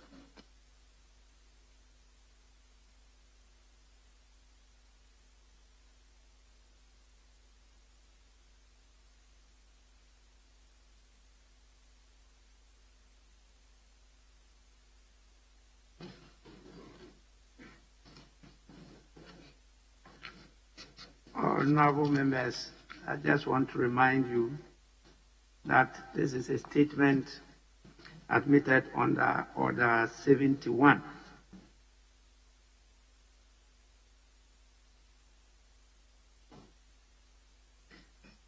Ceremonial speeches may be allowed. Such speeches may be confined to commemorating special events or occasions of death of distinguished persons. So this statement was admitted under Order 71. Usually, we admit comments, but under 71, there is no such provision for comments. But why not? It will not be a lone voice. Others will have a few things to say of the person. So I'll allow only 2 comments. Yes. Thank you, Mr. Speaker, for the opportunity.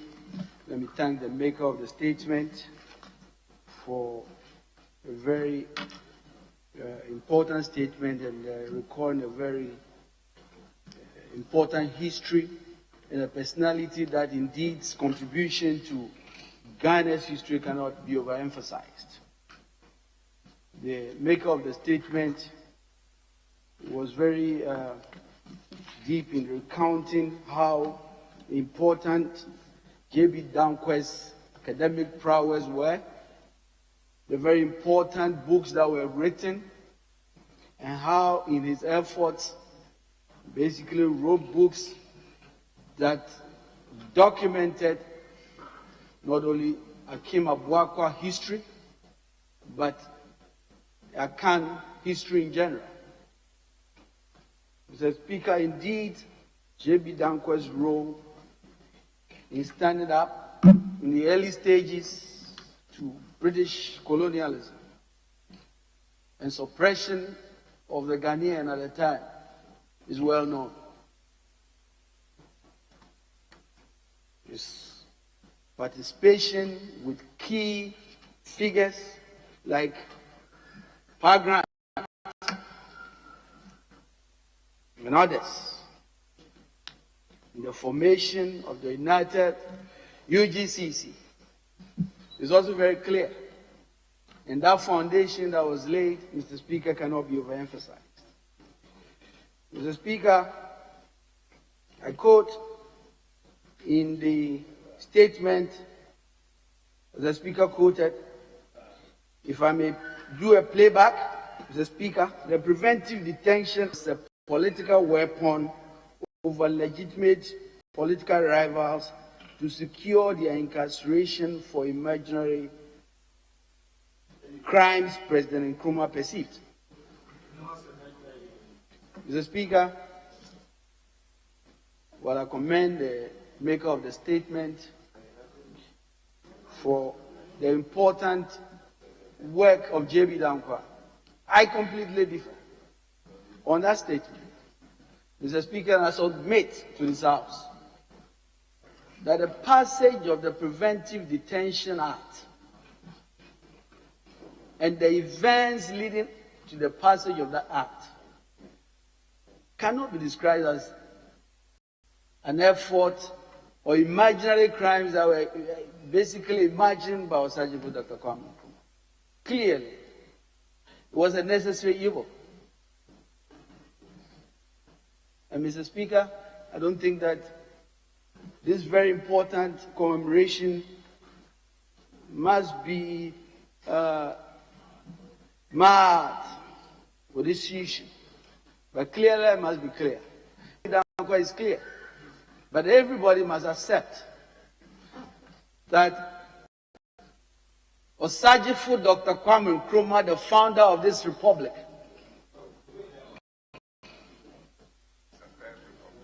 of the First Republic. I quoted Order 71 to draw your attention to the nature of the statement and how comments should be made. You have the liberty and opportunity to also make a statement on the Osajifo Dr. Kwame Nkrumah.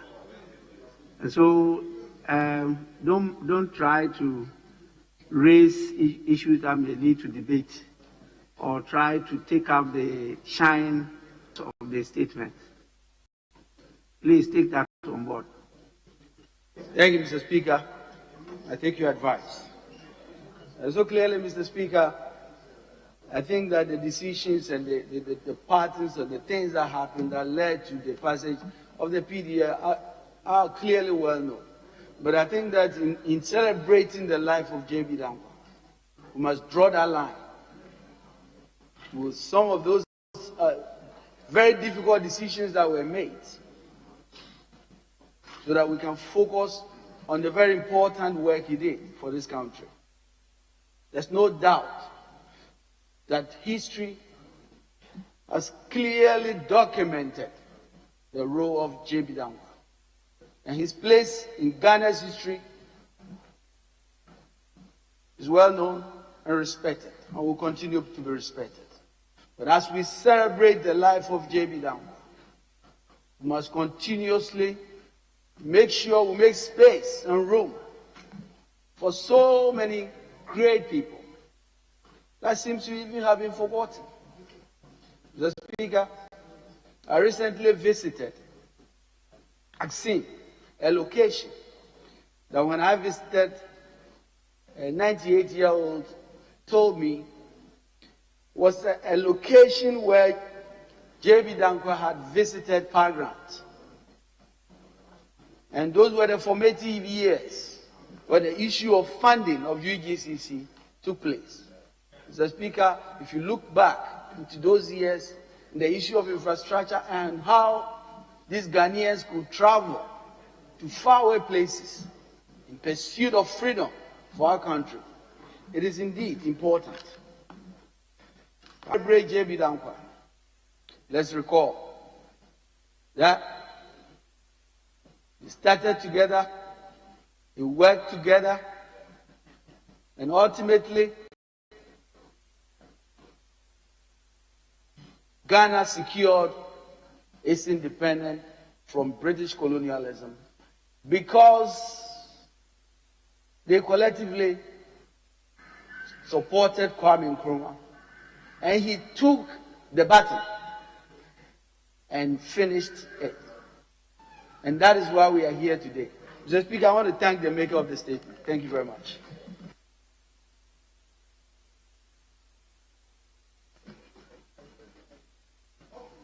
Mr. Speaker, thanks for the opportunity to add my voice to this important topic.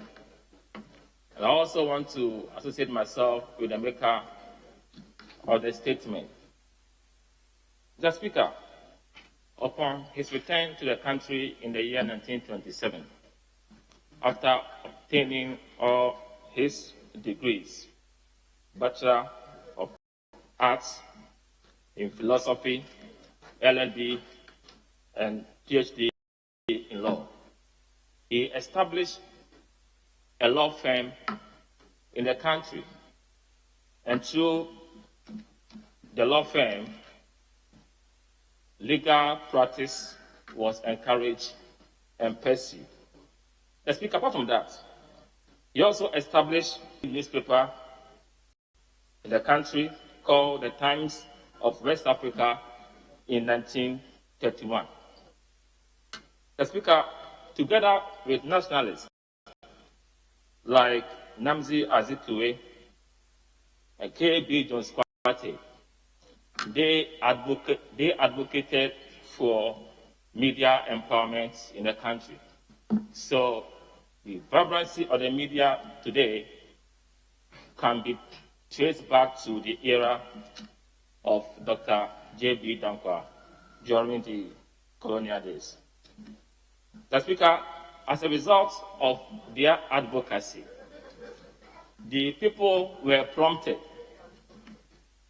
to send a delegation of chiefs and the people to the colonial office in London to protest over the Criminal Code Amendment Ordinance, popularly called the Sedition Bill and the Waterworks Ordinance of 1934. The Speaker, first there, Dr. J.B. Dankwa also made some demands upon the colonial administration. Number one, he asked for an increase in the number of Africans on the Legislative Council. Again, he requested for the election of the provincial council members for the Eastern Province by the whole provincial council, and also non-chiefs as members. So we can clearly see that he also ensured that local participation was deepened during his era. Not only that, Mr. Speaker, when it comes to the education front, we could also attest to the formation of the University of Ghana, for example, when a decision had to be made regarding having a single university within British West Africa, he was of the opinion that that university should be in the Gold Coast. So, the University of Ghana was made possible through the support and vehement argument in support of same in the country. The Speaker, not only that, Kwame Nkrumah University of Science, and which was formed or established on the 6th of October 1951, and which was called Kumasi College of Technology, was also established through the effort of Dr. J.B. Dankwa. In fact, Mr. Speaker, before its formation, he had traveled with the then Minister for Education to meet at Santehene at that time. And they together went to inspect the land where, as we speak, KNUST is established. So, J.B. Dankwa's role in the development of this country is phenomenal. In all fronts, we can see his contribution. So if on a day like this, we are celebrating him, I want to add my voice to it because he was one of the pioneering figures and iconic in this country. I remember when I was heading Dankwa Institute, I went to the Instagram prisons. I went to his cell, room number 9. Mr. Speaker, I want to plead. If you go to other jurisdictions, you see how they revere their past leaders. It is not possible for us in this country to ensure that leaders such as J.B. Dankwa and the rest are also treated same. Some of the important sites within their milieu, can we make sure that they become tourist sites for others to go and visit? And I'm sure if we're able to do that, we will be able to rake in revenues that will help our tourism industry. And as for the Speaker, I want to thank you for the opportunity and ask the Almighty God to bless his soul wherever he is. Thank you.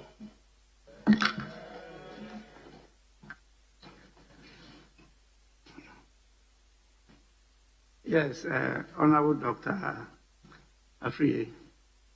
Mr. Speaker, thank you for the opportunity.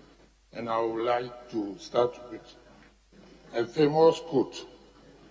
Virum dictum mortis sua nec gentis non honorificat. A nation that does not honor its heroes is not worth dying for. Mr. Speaker, the man has bequeathed to this country the very foundation that makes us exist. And I will make one famous quote.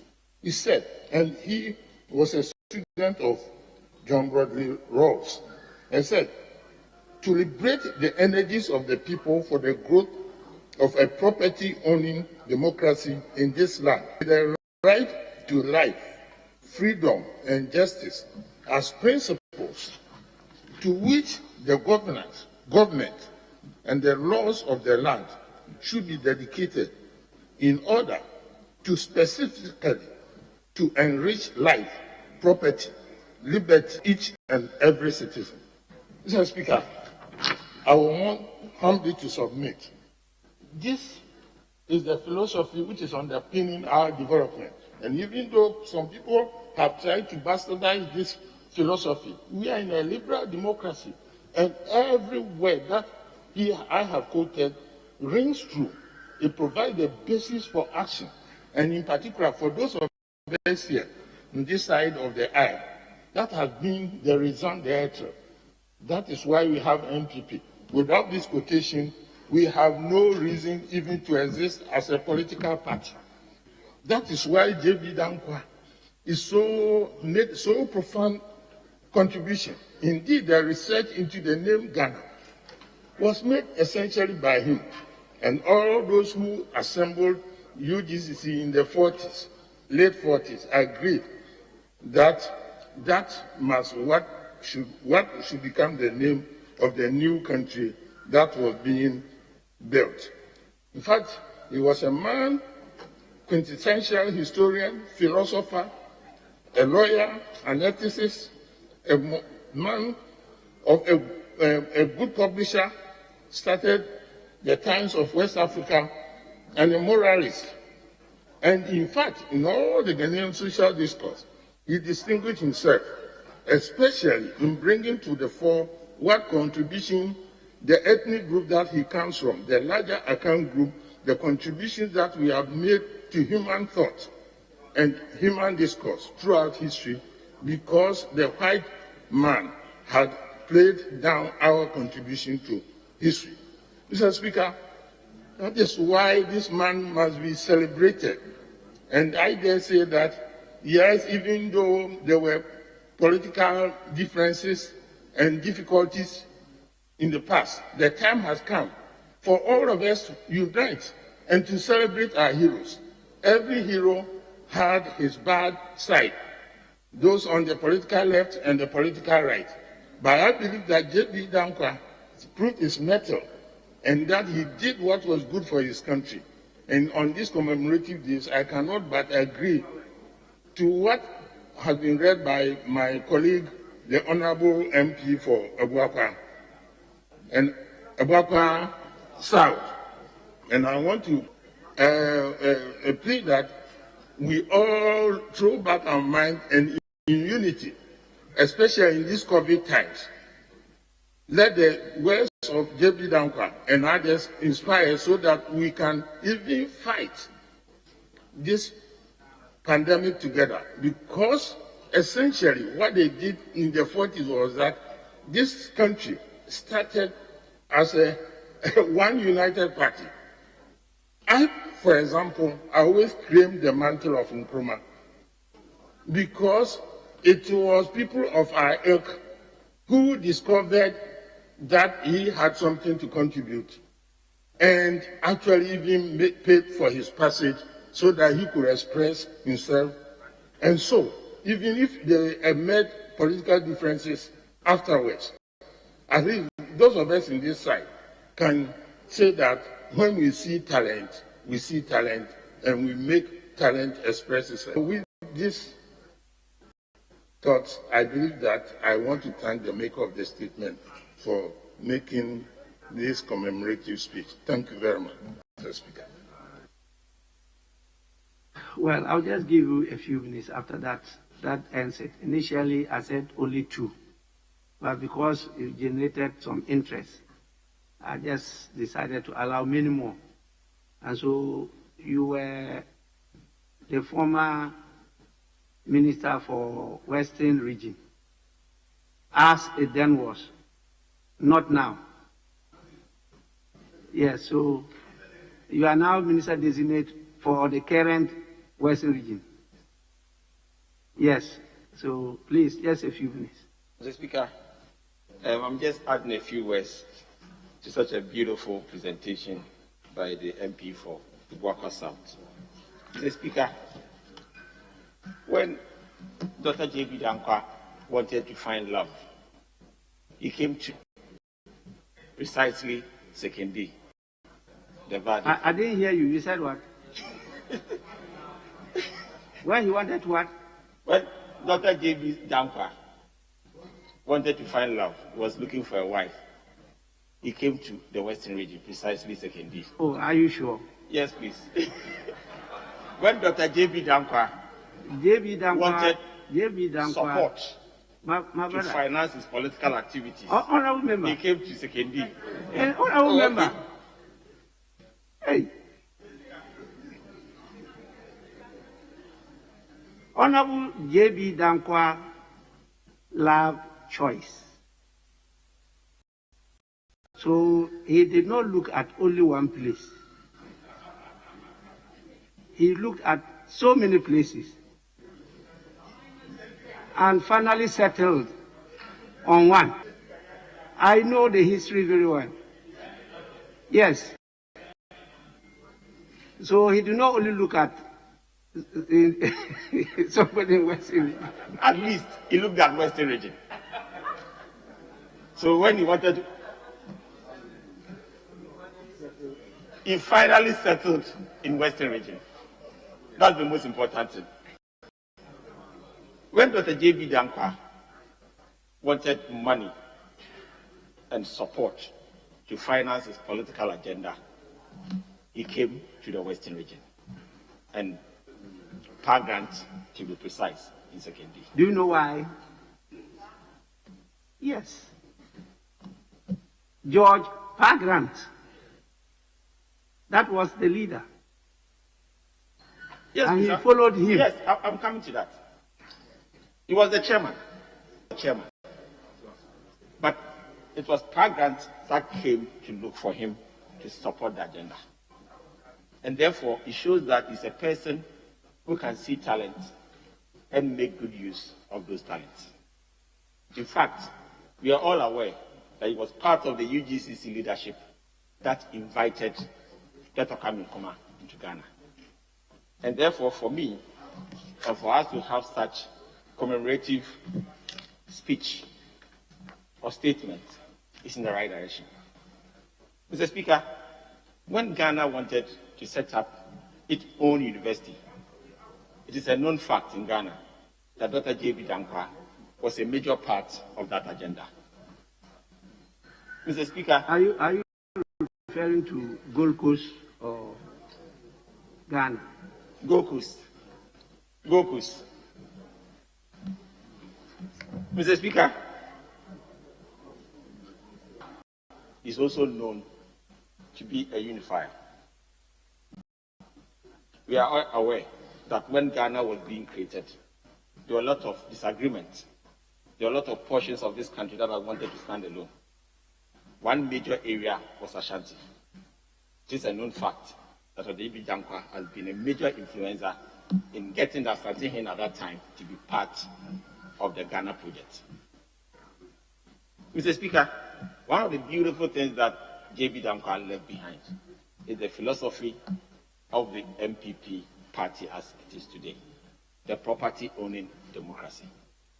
Mr. Speaker, other people that have done some work on this philosophy, like Roy, had done his work in 1971. But J.B. Dankwa's ideas were before 71. Clearly, it shows that he was a visionary. Clearly, it shows that he knew what the world really wanted. Some kind of mixed economy that made sure that property ownership was democratized so that people can have power in terms of economics and political. And therefore, I believe that for us as a country, a philosophy that hinges on three pillars of freedom, on education and training, and a minimum health system like the National Health Insurance. Such a person is clearly visionary and is one person that this country cannot and should not forget to celebrate him each and every day. Because if we are able to celebrate our heroes like that, then more people will want to contribute to make Ghana a better place to live. Thank you very much, Mr. Speaker, for the opportunity. Leadership put in a strong plea, so I'll take one from each side. Most grateful, Mr. Speaker. Mr. Speaker, I will commend the maker of this commemorative statement, the Honorable Samuel Atachia, who has presented to us a very brilliant intellectual exposition on the man J.B. Dankwa. Mr. Speaker, what strikes me about his focus in this year's presentation, which I must admit has become quite a refreshing intellectual tradition, which he has pursued since I have been in this house. Every year, he does not forget Dr. J.B. Dankwa's passing. This year, he focuses on his intellectual prowess and his contribution to African thought and literature, and ends with a rather soothing poem, though I could tell that the Honorable Atachia is not gifted with poetic recitals. So the recital of the poem was not as moving as Dankwa himself will have presented it. But the words certainly erudite and very insightful, Mr. Speaker. I believe that the lesson that we should learn from the political circumstances that heralded our independence is that political disagreements should not be to enmity. And as a young politician who makes no secret about being an adherent and admirer of the Osagifo Dr. Kwame Nkrumah. I believe that the politics of that era, in all sincerity, could have been, on both sides, more conciliatory. It could have been less violent, because we have all read the history.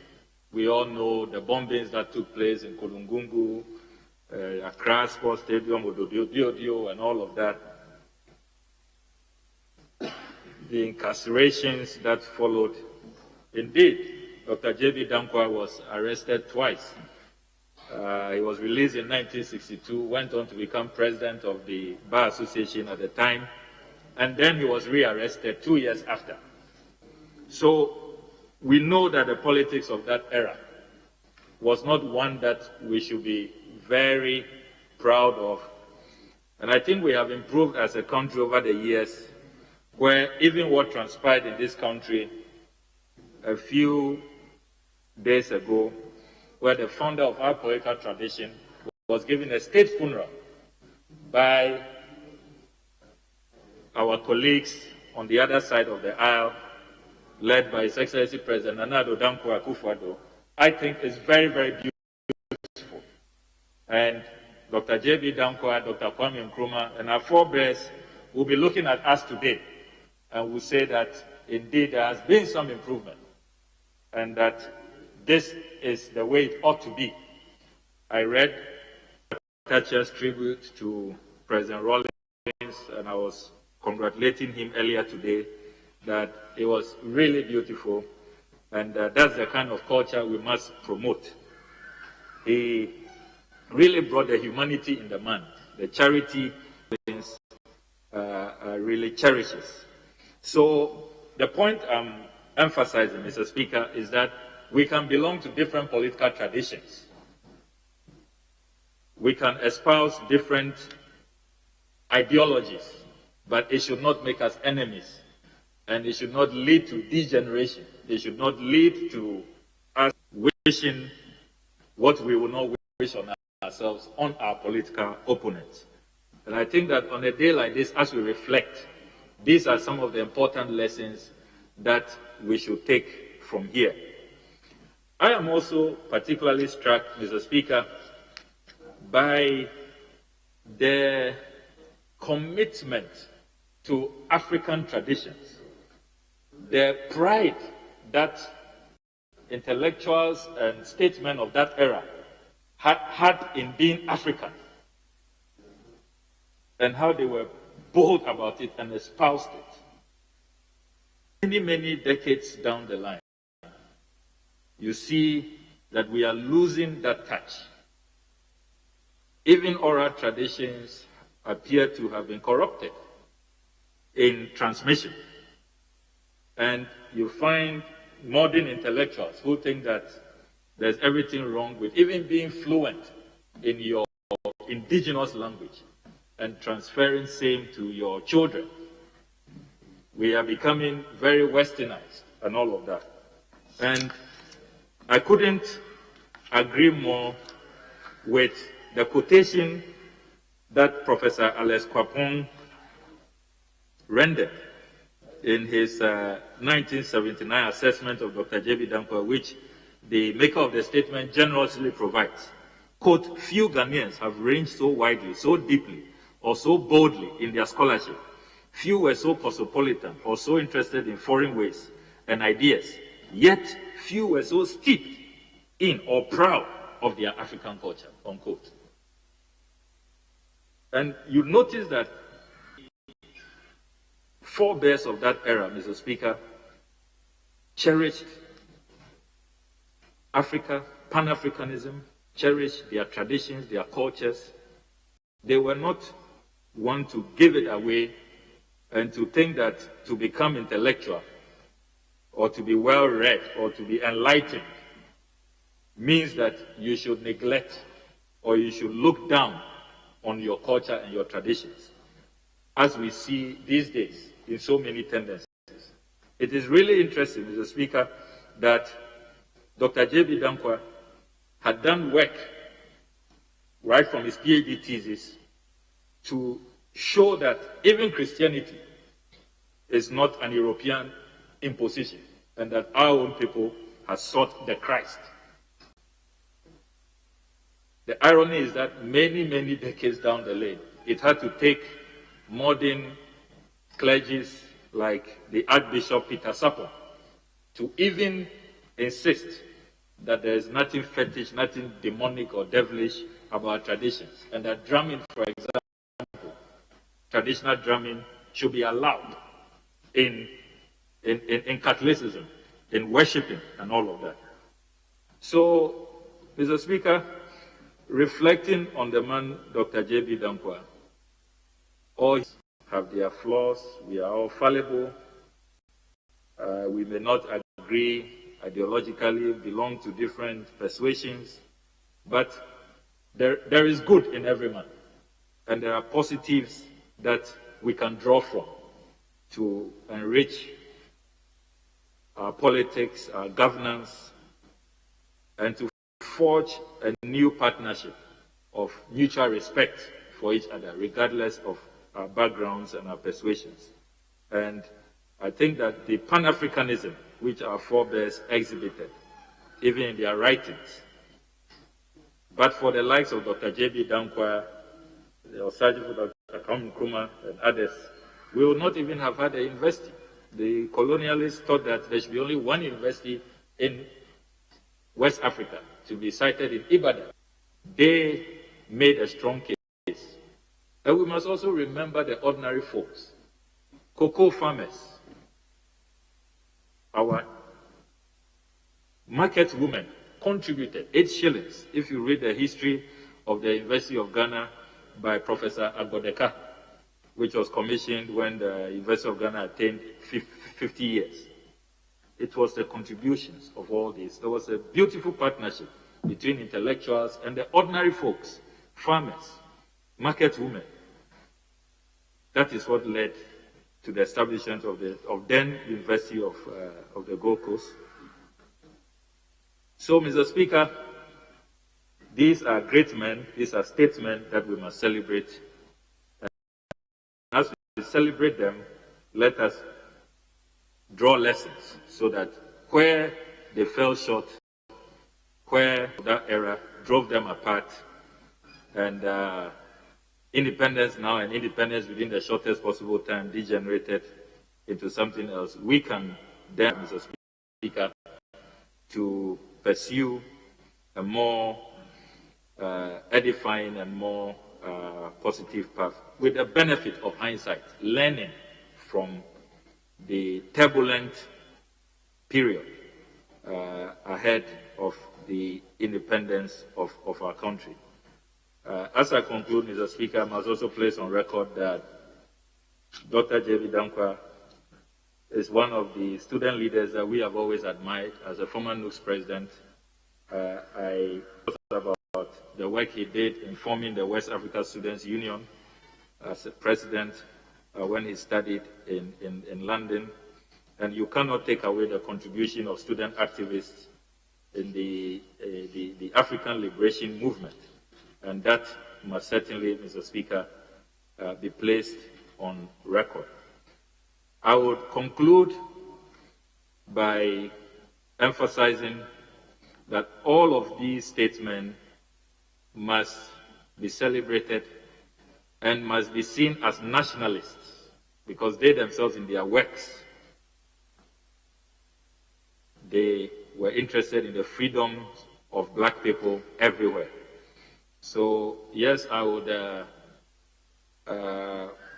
maybe on a lighter note say that because the Honorable Atachia is a descendant, he decided to do the Buakwa Susurubibi this year and all of that. But I think that the Honorable J.B. Dankwa towers above Chebi.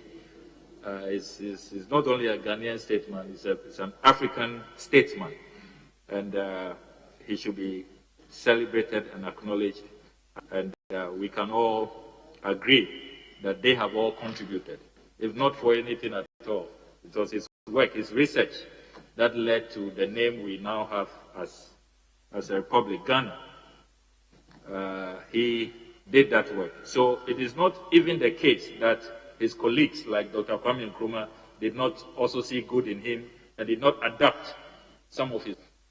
Often Nkrumah is portrayed as if he was such a tyrant, he was intolerant, or he hated his colleagues, the so-called Big Six, as has been popularly referred. But you can tell that accepting the name Ghana, which was J.B. Dankwa's research work, tell you that at least even as colleagues, as peers, they had respect for each other, they knew each other's worth. It's just that unfortunately the politics became too acrimonious. It got violent, lives were being lost and all of that, bombings here and there. But on this solemn occasion, Mr. Speaker, we salute Dr. J.B. Dankwa.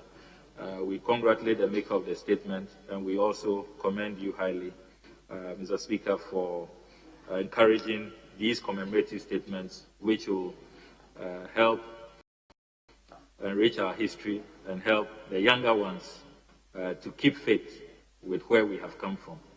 I thank you very much, Mr. Speaker.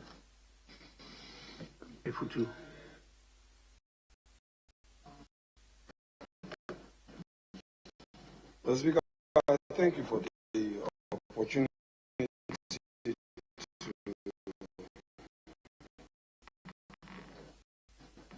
add my voice to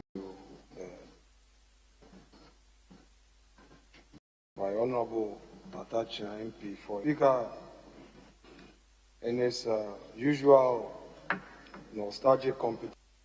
He has given us a bite of who this great man, J.B. Dankwa, is. He's exposed us to some of his great works and some of the very veritable words used by of letters and scholars to describe Dr. J.B. Dankwa. Mr. Speaker, indeed, this man, Dr. J.B. Dankwa, was for many years the lawyer for the Futu State.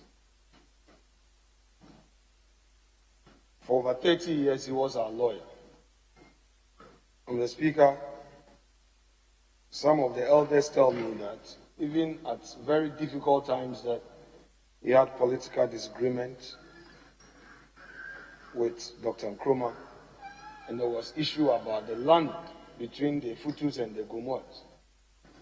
He managed to convince Nana Gatti the fifth at the time, that he would still be our lawyer. And he was our lawyer and sat through all the proceedings until eventually an EI was passed vesting those areas, those lands into the administration of the state. So that is the role, at least, he played for the Futu stool. Mr. Speaker, I know you as a man of history, I wouldn't attempt to be very specific in matters of history, because I would want to have a smooth sail, else a little mistake may get me into having to sit down for you to correct. So I would be very general. Mr. Speaker, my colleague, Okujeto Ablakwa, has spoken my mind. And the normal circumstances, I would say it would be superfluous to repeat. Mr. Speaker, in celebrating a great personality like J.B. Dankwa, nothing can be superfluous.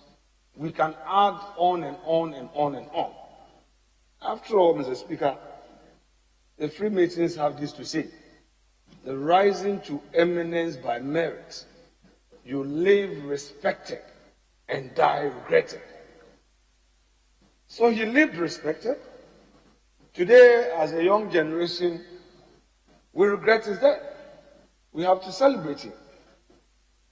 He symbolized inspiration. We read about him. J.B. Dankwa. As students of history, he inspired us. Student leaders, we urge to read more about what he had done for his nation. Go Coast.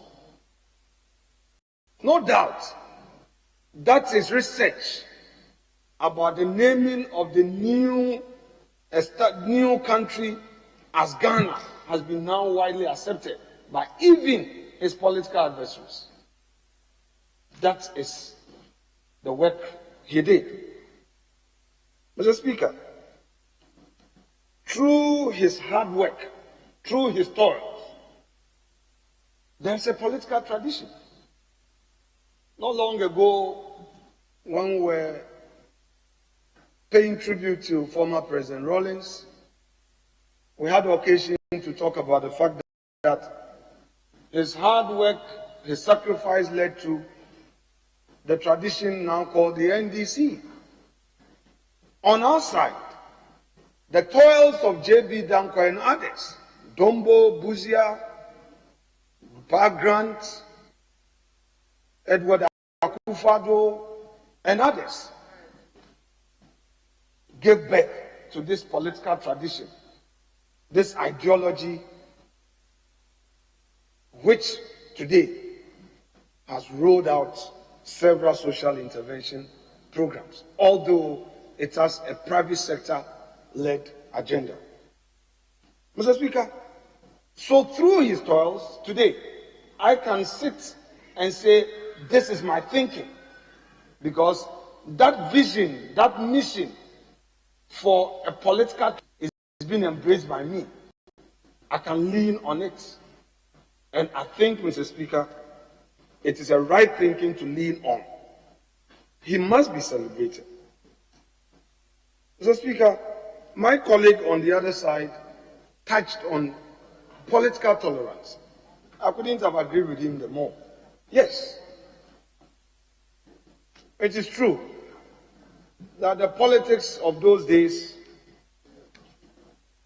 was so turbulent that people had to find themselves in jail. And unfortunately, this legend died in jail at Insawo. It is a regrettable situation. Nothing can ever justify his incarceration. But we have something to learn. Tolerance.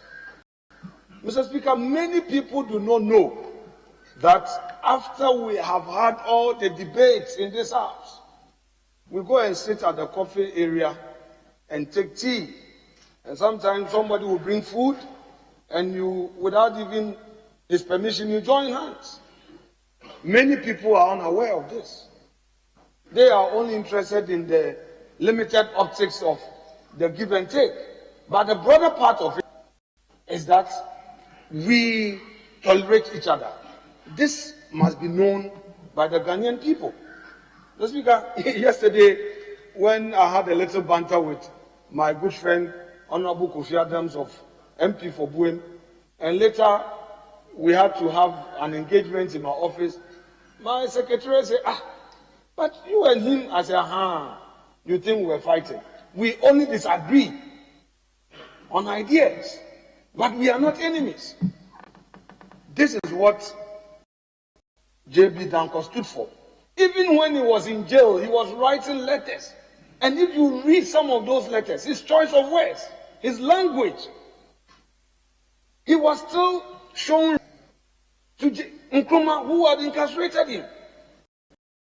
Mr. Speaker, I wish many more of us would get access to some of these letters, that even in pain, JB felt that he needed to accord Nkrumah that respect. So, Mr. Speaker, having said all of this, let me end on this important note. How do we open channels of celebration for our leaders? So, Speaker, people get up and say they give their all, invest all their money in people. But sometimes when they leave office, they are forgotten. I recall that when President Kufuor was in office, he started this of let us name assets, public assets, after people who have served this country. And I recall that it degenerated into some political debate, partisan debate, and all that. But today, my colleague Okujeto Ablako has set the tone. And I agree with him that no more which party does he come from. You have come, you have served. It doesn't matter which party is in power. As a DC, as a presiding member, as an assemblyman, no matter what, whichever way you find yourself, we should make conscious effort to recognize, acknowledge the works of our countrymen and women. Of course, Mr. Speaker, not only the political class, but people in other professional. Having said this, Mr. Speaker, let me thank you for the opportunity, and Mr. Speaker, as the maker of the statement said, you accorded him a treasure space to make this statement. Adopting same, I say, I am grateful, Mr. Speaker, exceedingly grateful to you for according me this treasure space to say a few words, Mr. Speaker. But for this statement, I was going to engage in some other parliamentary enterprise. But I decided to lay back and stay in this chamber because of this statement. Honorable Attacher, thank you for making it your yearly ritual, I should put it. After all, you are a descendant of this mighty legend, this name. It doesn't come as a surprise. But we are thankful to you. And Mr. Speaker, once again, I thank you for the opportunity. God bless you, Mr. Speaker. Honorable members, we now take the last statement. It's a statement which stands in the name of Honorable Kojo Asante, the MP for Suhum constituency. Honorable members, I wish I could continue, but the spirit is willing, but the body is weak. And so I'll call on the first deputy speaker to take the chair. Yes, honorable member for Suhum, you may make your... Mr. Speaker, I am grateful for the opportunity to address this honorable house during the celebration of World Cancer Day. The World Cancer Day is a day set aside to provide the global awareness of cancer around the world. It has been held on February 4th since its inception in the year 2000 and the first ever World Summit Against Cancer. Mr. Speaker, the overarching theme for World Cancer Day for the past 3 years has been I am and I will. This encapsulates the extraordinary spirit and the strength of the people working in the cancer. Mr. Speaker, the focus for this year, 2021, is together all our actions matter. And that is why I would like to recount some of the actions being taken here in Ghana to support the cause of this all-important agenda. Right, Honorable Speaker, I would like to mention that the day is also set aside this year to acknowledge and celebrate the remarkable and heroic efforts and responses by cancer nurses, doctors, researchers, volunteers, and advocates who continue their best to provide life-saving care during a global pandemic. Mr. Speaker, these health officials have innovated solutions in their quest to ensure the safety of cancer patients, and I would like to say kudos to all of them. Mr. Speaker, globally, cancer is ranked to be a leading cause of death among non-communicable diseases in the 21st century. Mr. Speaker, in Ghana, estimates suggest that the disease is expected to increase continuously due to lack of awareness and ignorance of the symptoms. In fact, the story is told of one Yabuama whose wife got cervical cancer in 2007. Mr. Speaker, he and his wife had never imagined that cancer could ever come their way. Mr. Speaker, Mr. Buama's wife expressed her desire to choose suicide or death over the pain and misery of dealing with the suffering the disease visited upon her. Mr. Speaker, according to Buama, at some point, he had to sell his large cocoa farm, a plot of land, and properties in order to save his wife's life. But even that, Mr. Speaker, did not make a difference. The point here is that, Right Honorable Speaker, due to lack of knowledge, the family thought she was suffering from a spiritual disease and so delayed going to the hospital. Mr. Speaker, Dr. Ernest, an oncologist at the Confidentiality Teaching Hospital, relates that oftentimes 80% of cervical cancer cases come in at a later date. Mr. Speaker, the victims wait until the pain hits them. At this time, they cannot be medically cured. It is too late, Mr. Speaker. Mr. Speaker, cancer awareness has become exceedingly important in the 21st century. While there have been numerous advancements in the understanding, diagnosis, and treatment of cancer, Mr. Speaker, factors that should contribute to the decline of the disease, the number of new cases diagnosed each year, has globally, however, continued to increase. Mr. Speaker, with your permission, I would like to provide the World Health Organization statistics to confirm how scary cancer is and the need to critically be on our guard in adopting measures to curb this situation. Mr. Speaker, according to World Health Organization report, there were 8.1 million new cases in 1990, 10 million new cases in 2000, 12.4 million in 2008, and 14.1 million in 2012.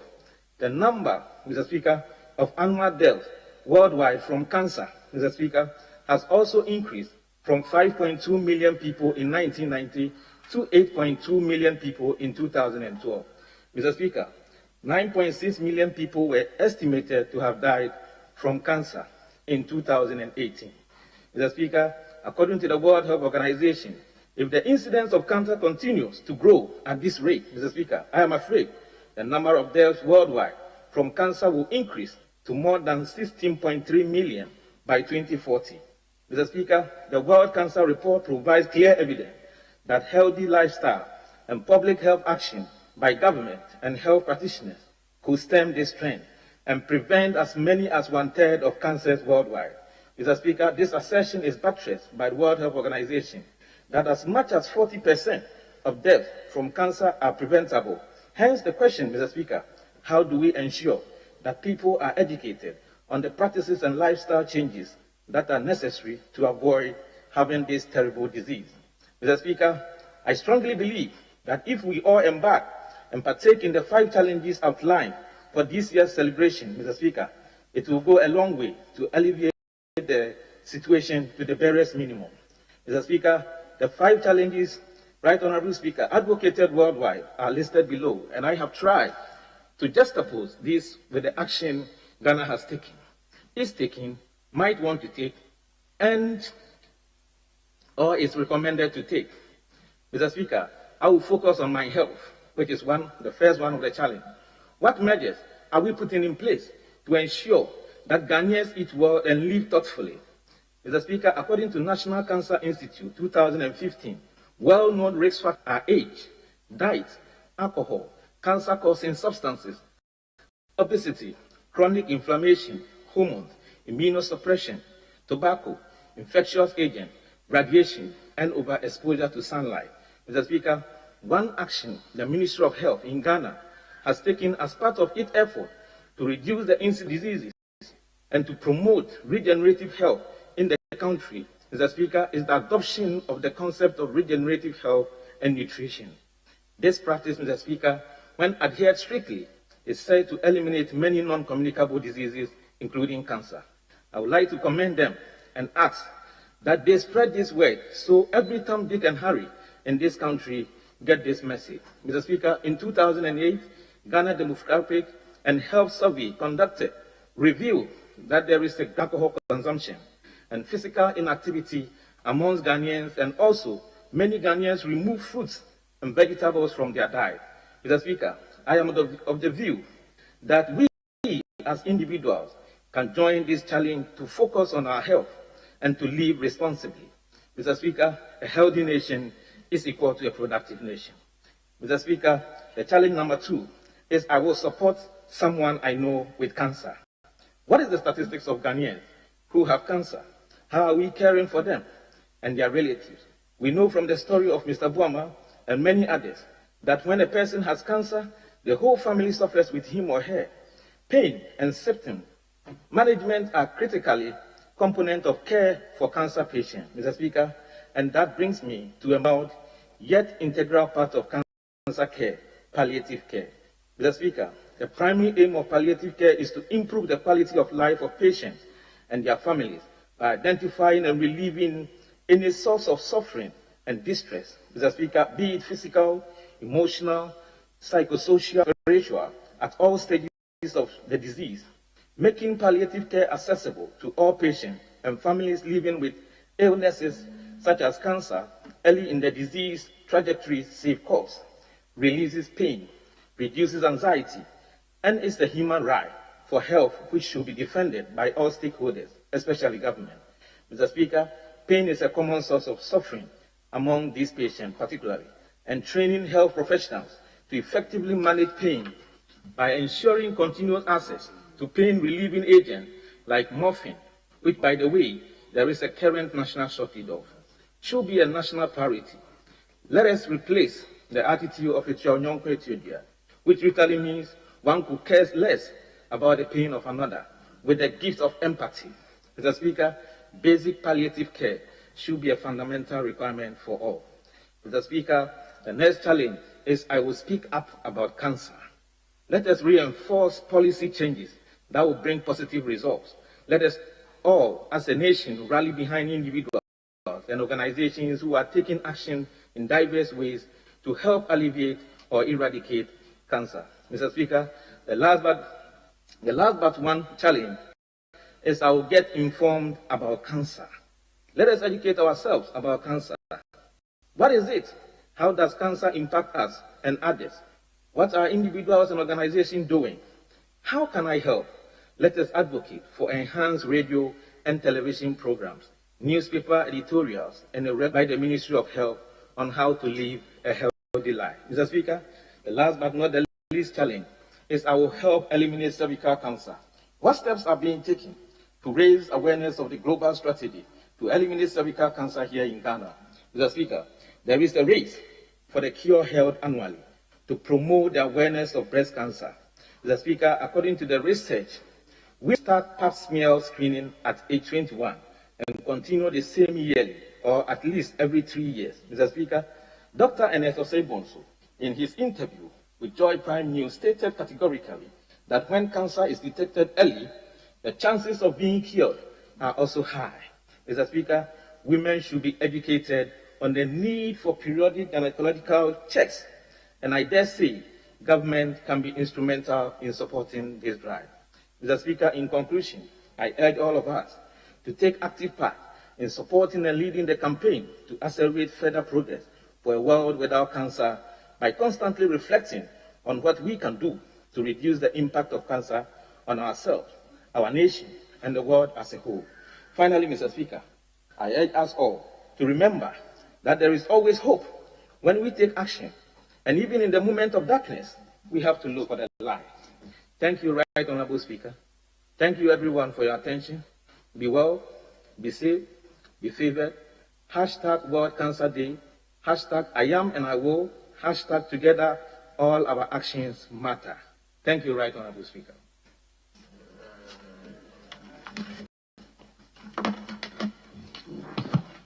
Yes.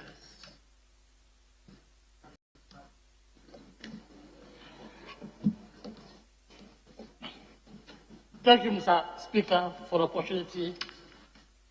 And thanks to my colleague on the other side for the comprehensive statement that he has made on this day, the 4th of February, that we are marking the Cancer Day. Mr. Speaker, for us to just understand cancer in its simplest of terms, we have to imagine the cells in our body. The normal cells begin to behave abnormally or start growing abnormally without any specific known cause. And most often, when the sickness starts, it starts like any other disease. It can just start like your stomach is paining you. It can just start like your hand is paining you. Or you can just see a swell, a very small swell anywhere of the body. And initially, some of them are benign, that is, they are not dangerous. We can remove them and they will not come again. Those swells. But with the stomach pains, we can just think that it is some of these simple sicknesses like gastritis or, any pain. It could be in the testicles, it could be in the breast, and a swell in the breast, inflammatory processes that are taking place. But we treat them and they reoccur, they are not going. Then suddenly we might see the person start to lose weight. The weight, he's losing weight without any symptom, because the pain that the person is having is not that much to explain the weight loss. Indeed, in the medical school that I attended, they say that if you send a patient away 3 times and he comes back complaining about the same complaints, etc., start thinking of something different. And so you might have to start thinking of what? Cancer, and ask the person to go for the necessary laboratories. It can be at any part of your body. It can be in your brain, your face, any part of your body. There can be a swell in the brain or some changes in the brain. The cells are abnormal. So you send a person for a specific laboratory depending upon the location that you suspect it is. And, right, Honorable Speaker, the issue here is that the laboratories are so expensive. If you take any investigation of that part of the body that you finally use to diagnose cancer, the laboratories are so expensive. If this is the brain, you finally have to end up doing CT scan. The X-rays will only tell you that there's something wrong, but it will not give you a lot of information. And when it comes to the treatment too, quite expensive. We use drugs and sometimes follow it up with radiation. Sometimes we've got to do a surgical operation to try to remove whatever is there. If there is no spread of the disease, that is what in the hospital we say metastasis. If there's no spread, sometimes surgically you can limit it, remove whatever it is there, and then you can control it. Follow it with radiation or the drugs. The spread of the disease. So that if you remove it from one end, it is still located at another end, and it will still continue to damage the person. In men, the prostate cancer is quite common. And we all know how it starts. Problems with urination, until you cannot urinate, until you have to go for surgery. And after the surgery, you might have to continue with drugs or radiation. With the women, the commonest that we most often encounter here is the breast cancer. I know that with the breast cancer, there's good work being done. There is an NGO that is doing very good work in terms of looking for resources. But I must say that as a country, at the stage that we have reached, where we are maturing more, in other words, we are dying at an older age, we are surviving more, the average life expectancy is increasing. We should expect more cases of what? Cancer. And so it is high time that will look for a very good cancer fund, a rare cancer fund that will help people who have got cancer to be able to access treatment. Or else, we will continue to diagnose them, we will continue to do all that we want to do. But if we don't get the money, we are not going to save a lot of people in this country. And so I appeal to Parliament, and all of us, to use our good offices to advocate for the, I know there might be a cancer fund in this country now. I'm not very sure how much is usually in it. But we should take an interest as a nation to establish a good cancer fund that will contain a lot of resources, a lot of money to assist our people with cancer. Most often, what happens is that people wait. When they have it and it is advanced, you will see them on television showing whatever they have and advertising for assistance. That is good, but it is not enough. The amount of money that is needed is usually very, very high, either for the operation, for post-operative treatment, for the drugs, for the radiation treatment, etc. So I appeal to all of us. Let's take a second look at this cancer fund and work to ensure that we grow it for the nation. I thank you, Mr. Speaker.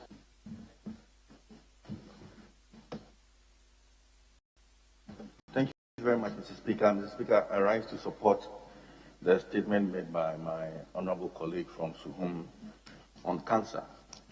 Mr. Speaker, it's important for all of us to appreciate that the NPP government somewhere last year, as part of the National Health Insurance Program, adopted Herceptin, one of the most expensive drugs used in treating cancer, on the National Health Insurance. Today, anybody who is suffering from cancer is able to access this at no cost. And it's important for us to appreciate that. But Mr. Speaker, I would want to bring the attention of the House to a very important point my colleague made with respect to alcohol.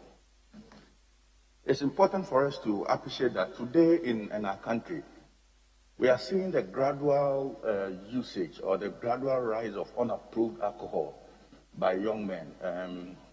Today, when you go to most pubs, despite the fact that we have COVID, which is preventing a lot of pubs, we will know that they are still in operation. Young people or young men and women are today drinking alcohols that are unapproved by the FDA. And I think that this has a long way in contributing to what I call the rise in cancer. And it's important that we call on the Food and Drugs Authority to crack down on these unapproved alcohols.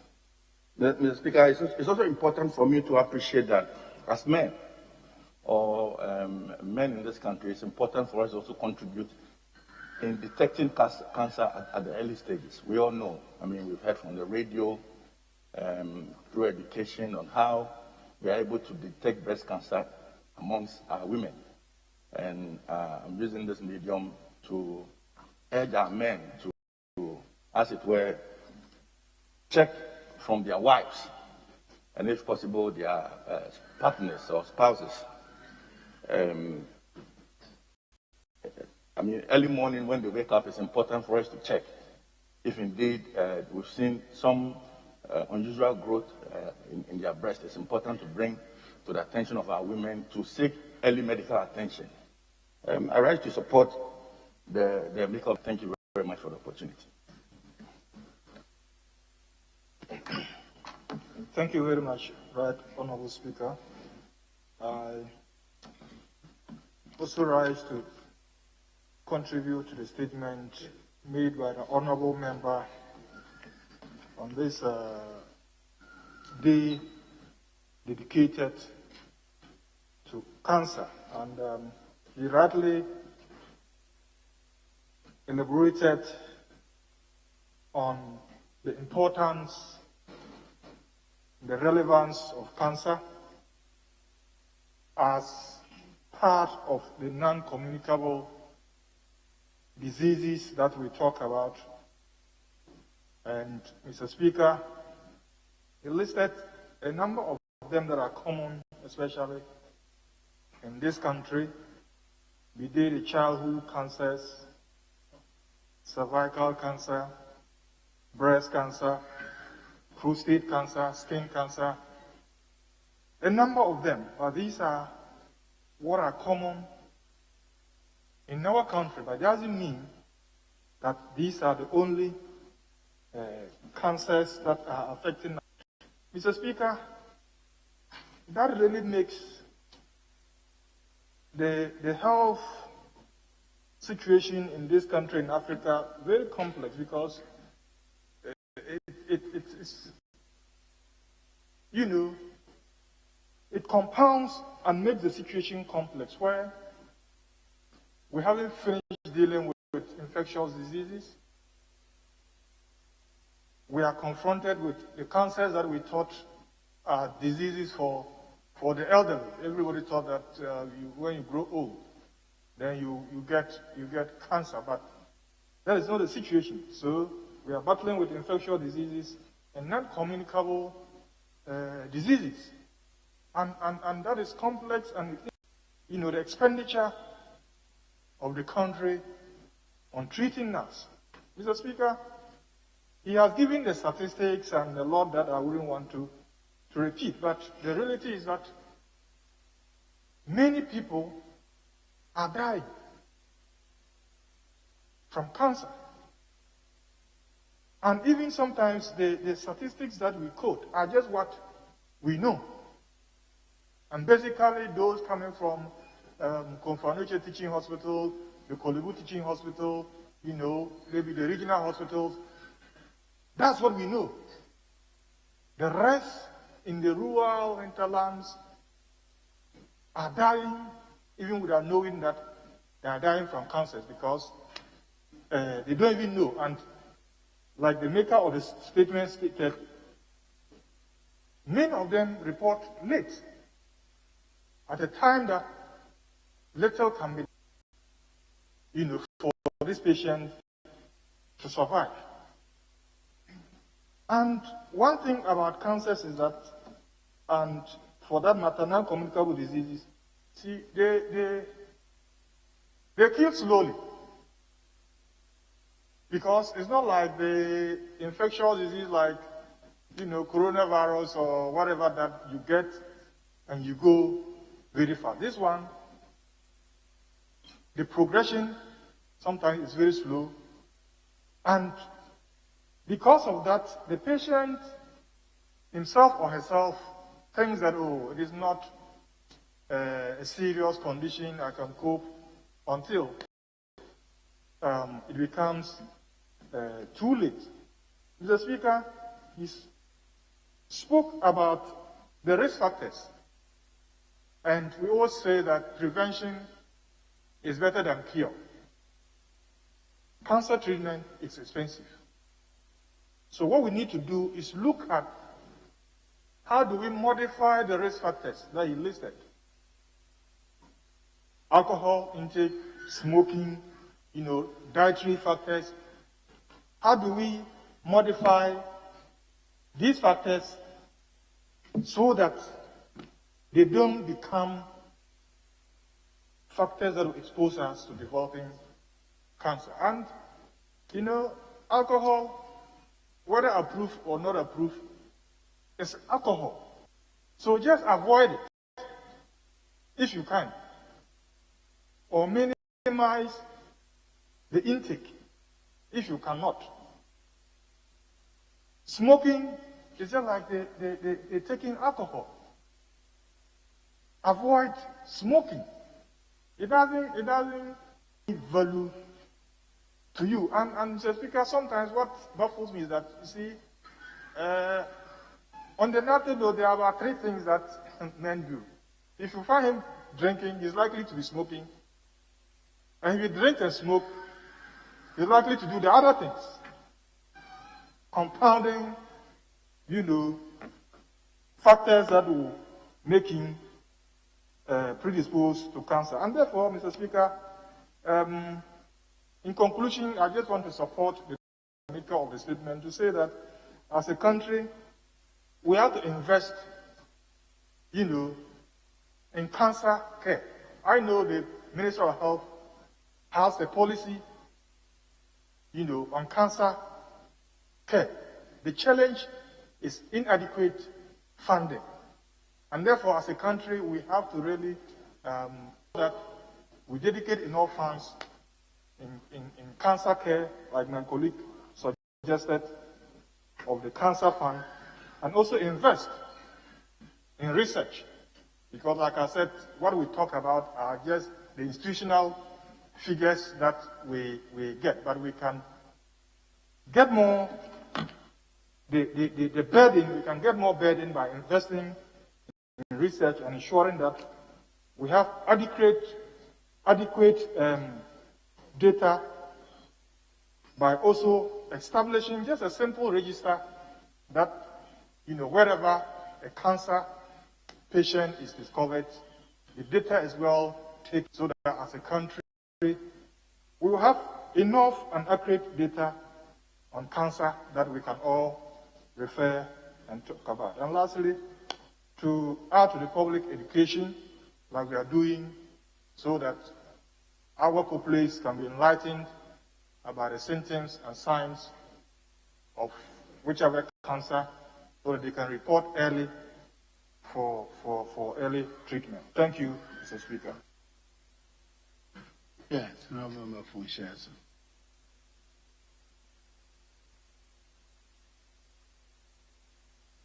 Sorry, thank you very much. I would like to commend my colleague for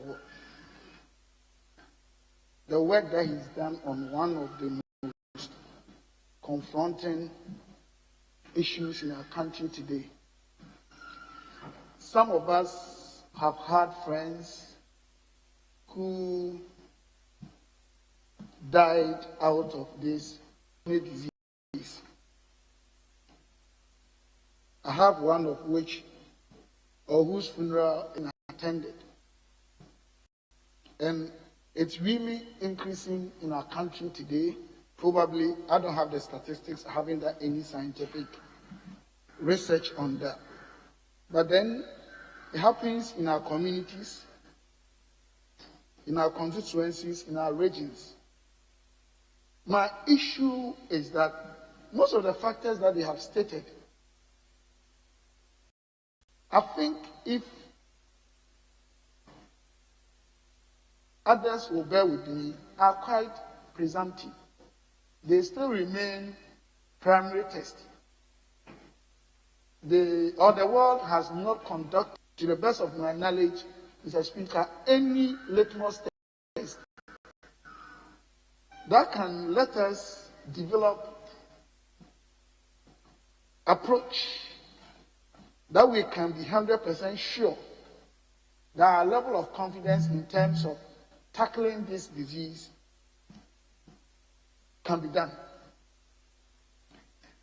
And some of the factors, yes, for instance, like alcohol. If you look at the countries in the world where standardized rate per 100,000 as they use, countries such as Australia, New Zealand, Ireland, and others, whose rates are high, you realize that in terms of even alcohol intake and the food they eat, and some of the food they have recommended or they have spoken against, they are not widely used in these areas.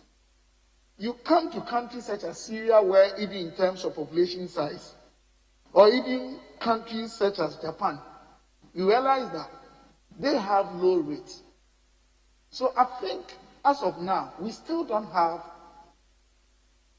any confirmatory test from which we can draw the needed inferences and work along that critical path.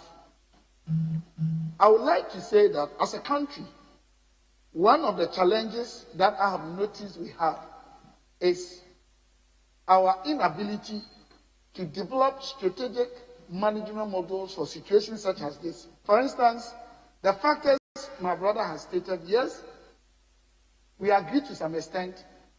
What are we doing to do further work as a country? Sometimes we want to sit down because we are developing the economy. So we want to wait for probably a bigger economy, a developed economy, a science state somewhere. But I think we are so much blessed in terms of skill component of our labor force, especially in the area of health, that I think we can go further to find out all these factors, to what extent in terms of probably long term, in terms of severity, or in terms of level of integration, that they affect or they impact or increase or decrease cancers as dependent variables. I think we need to spend more in the area of research and development as a country in the area of health, so that we can, one day the world will wake up and they're like, oh, Ghana, we have been able to come out with confirmatory tests and the world will have to follow.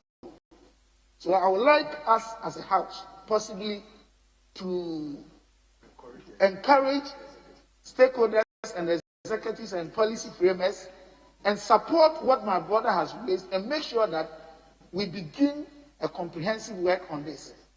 This is all that I want to say. Thank you, Mr. Speaker. Do the leaders want to make any comment?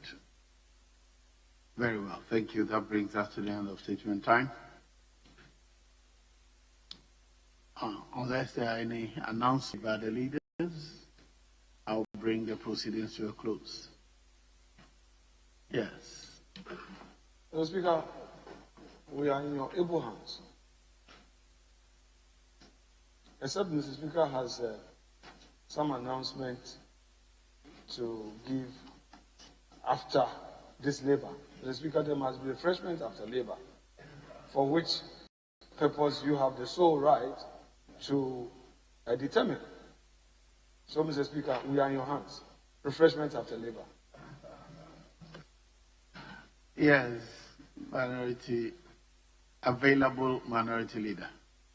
Mr. Speaker, I will also like to support my colleague, the Deputy Majority Leader, that we are in your hands.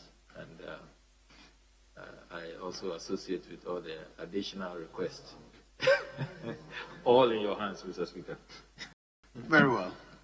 All matters relating to refreshment are deferred. The House is adjourned till Friday, 5th February 2021 at 10 o'clock in the forenoon. Friday, 10 o'clock in the forenoon. Thank you.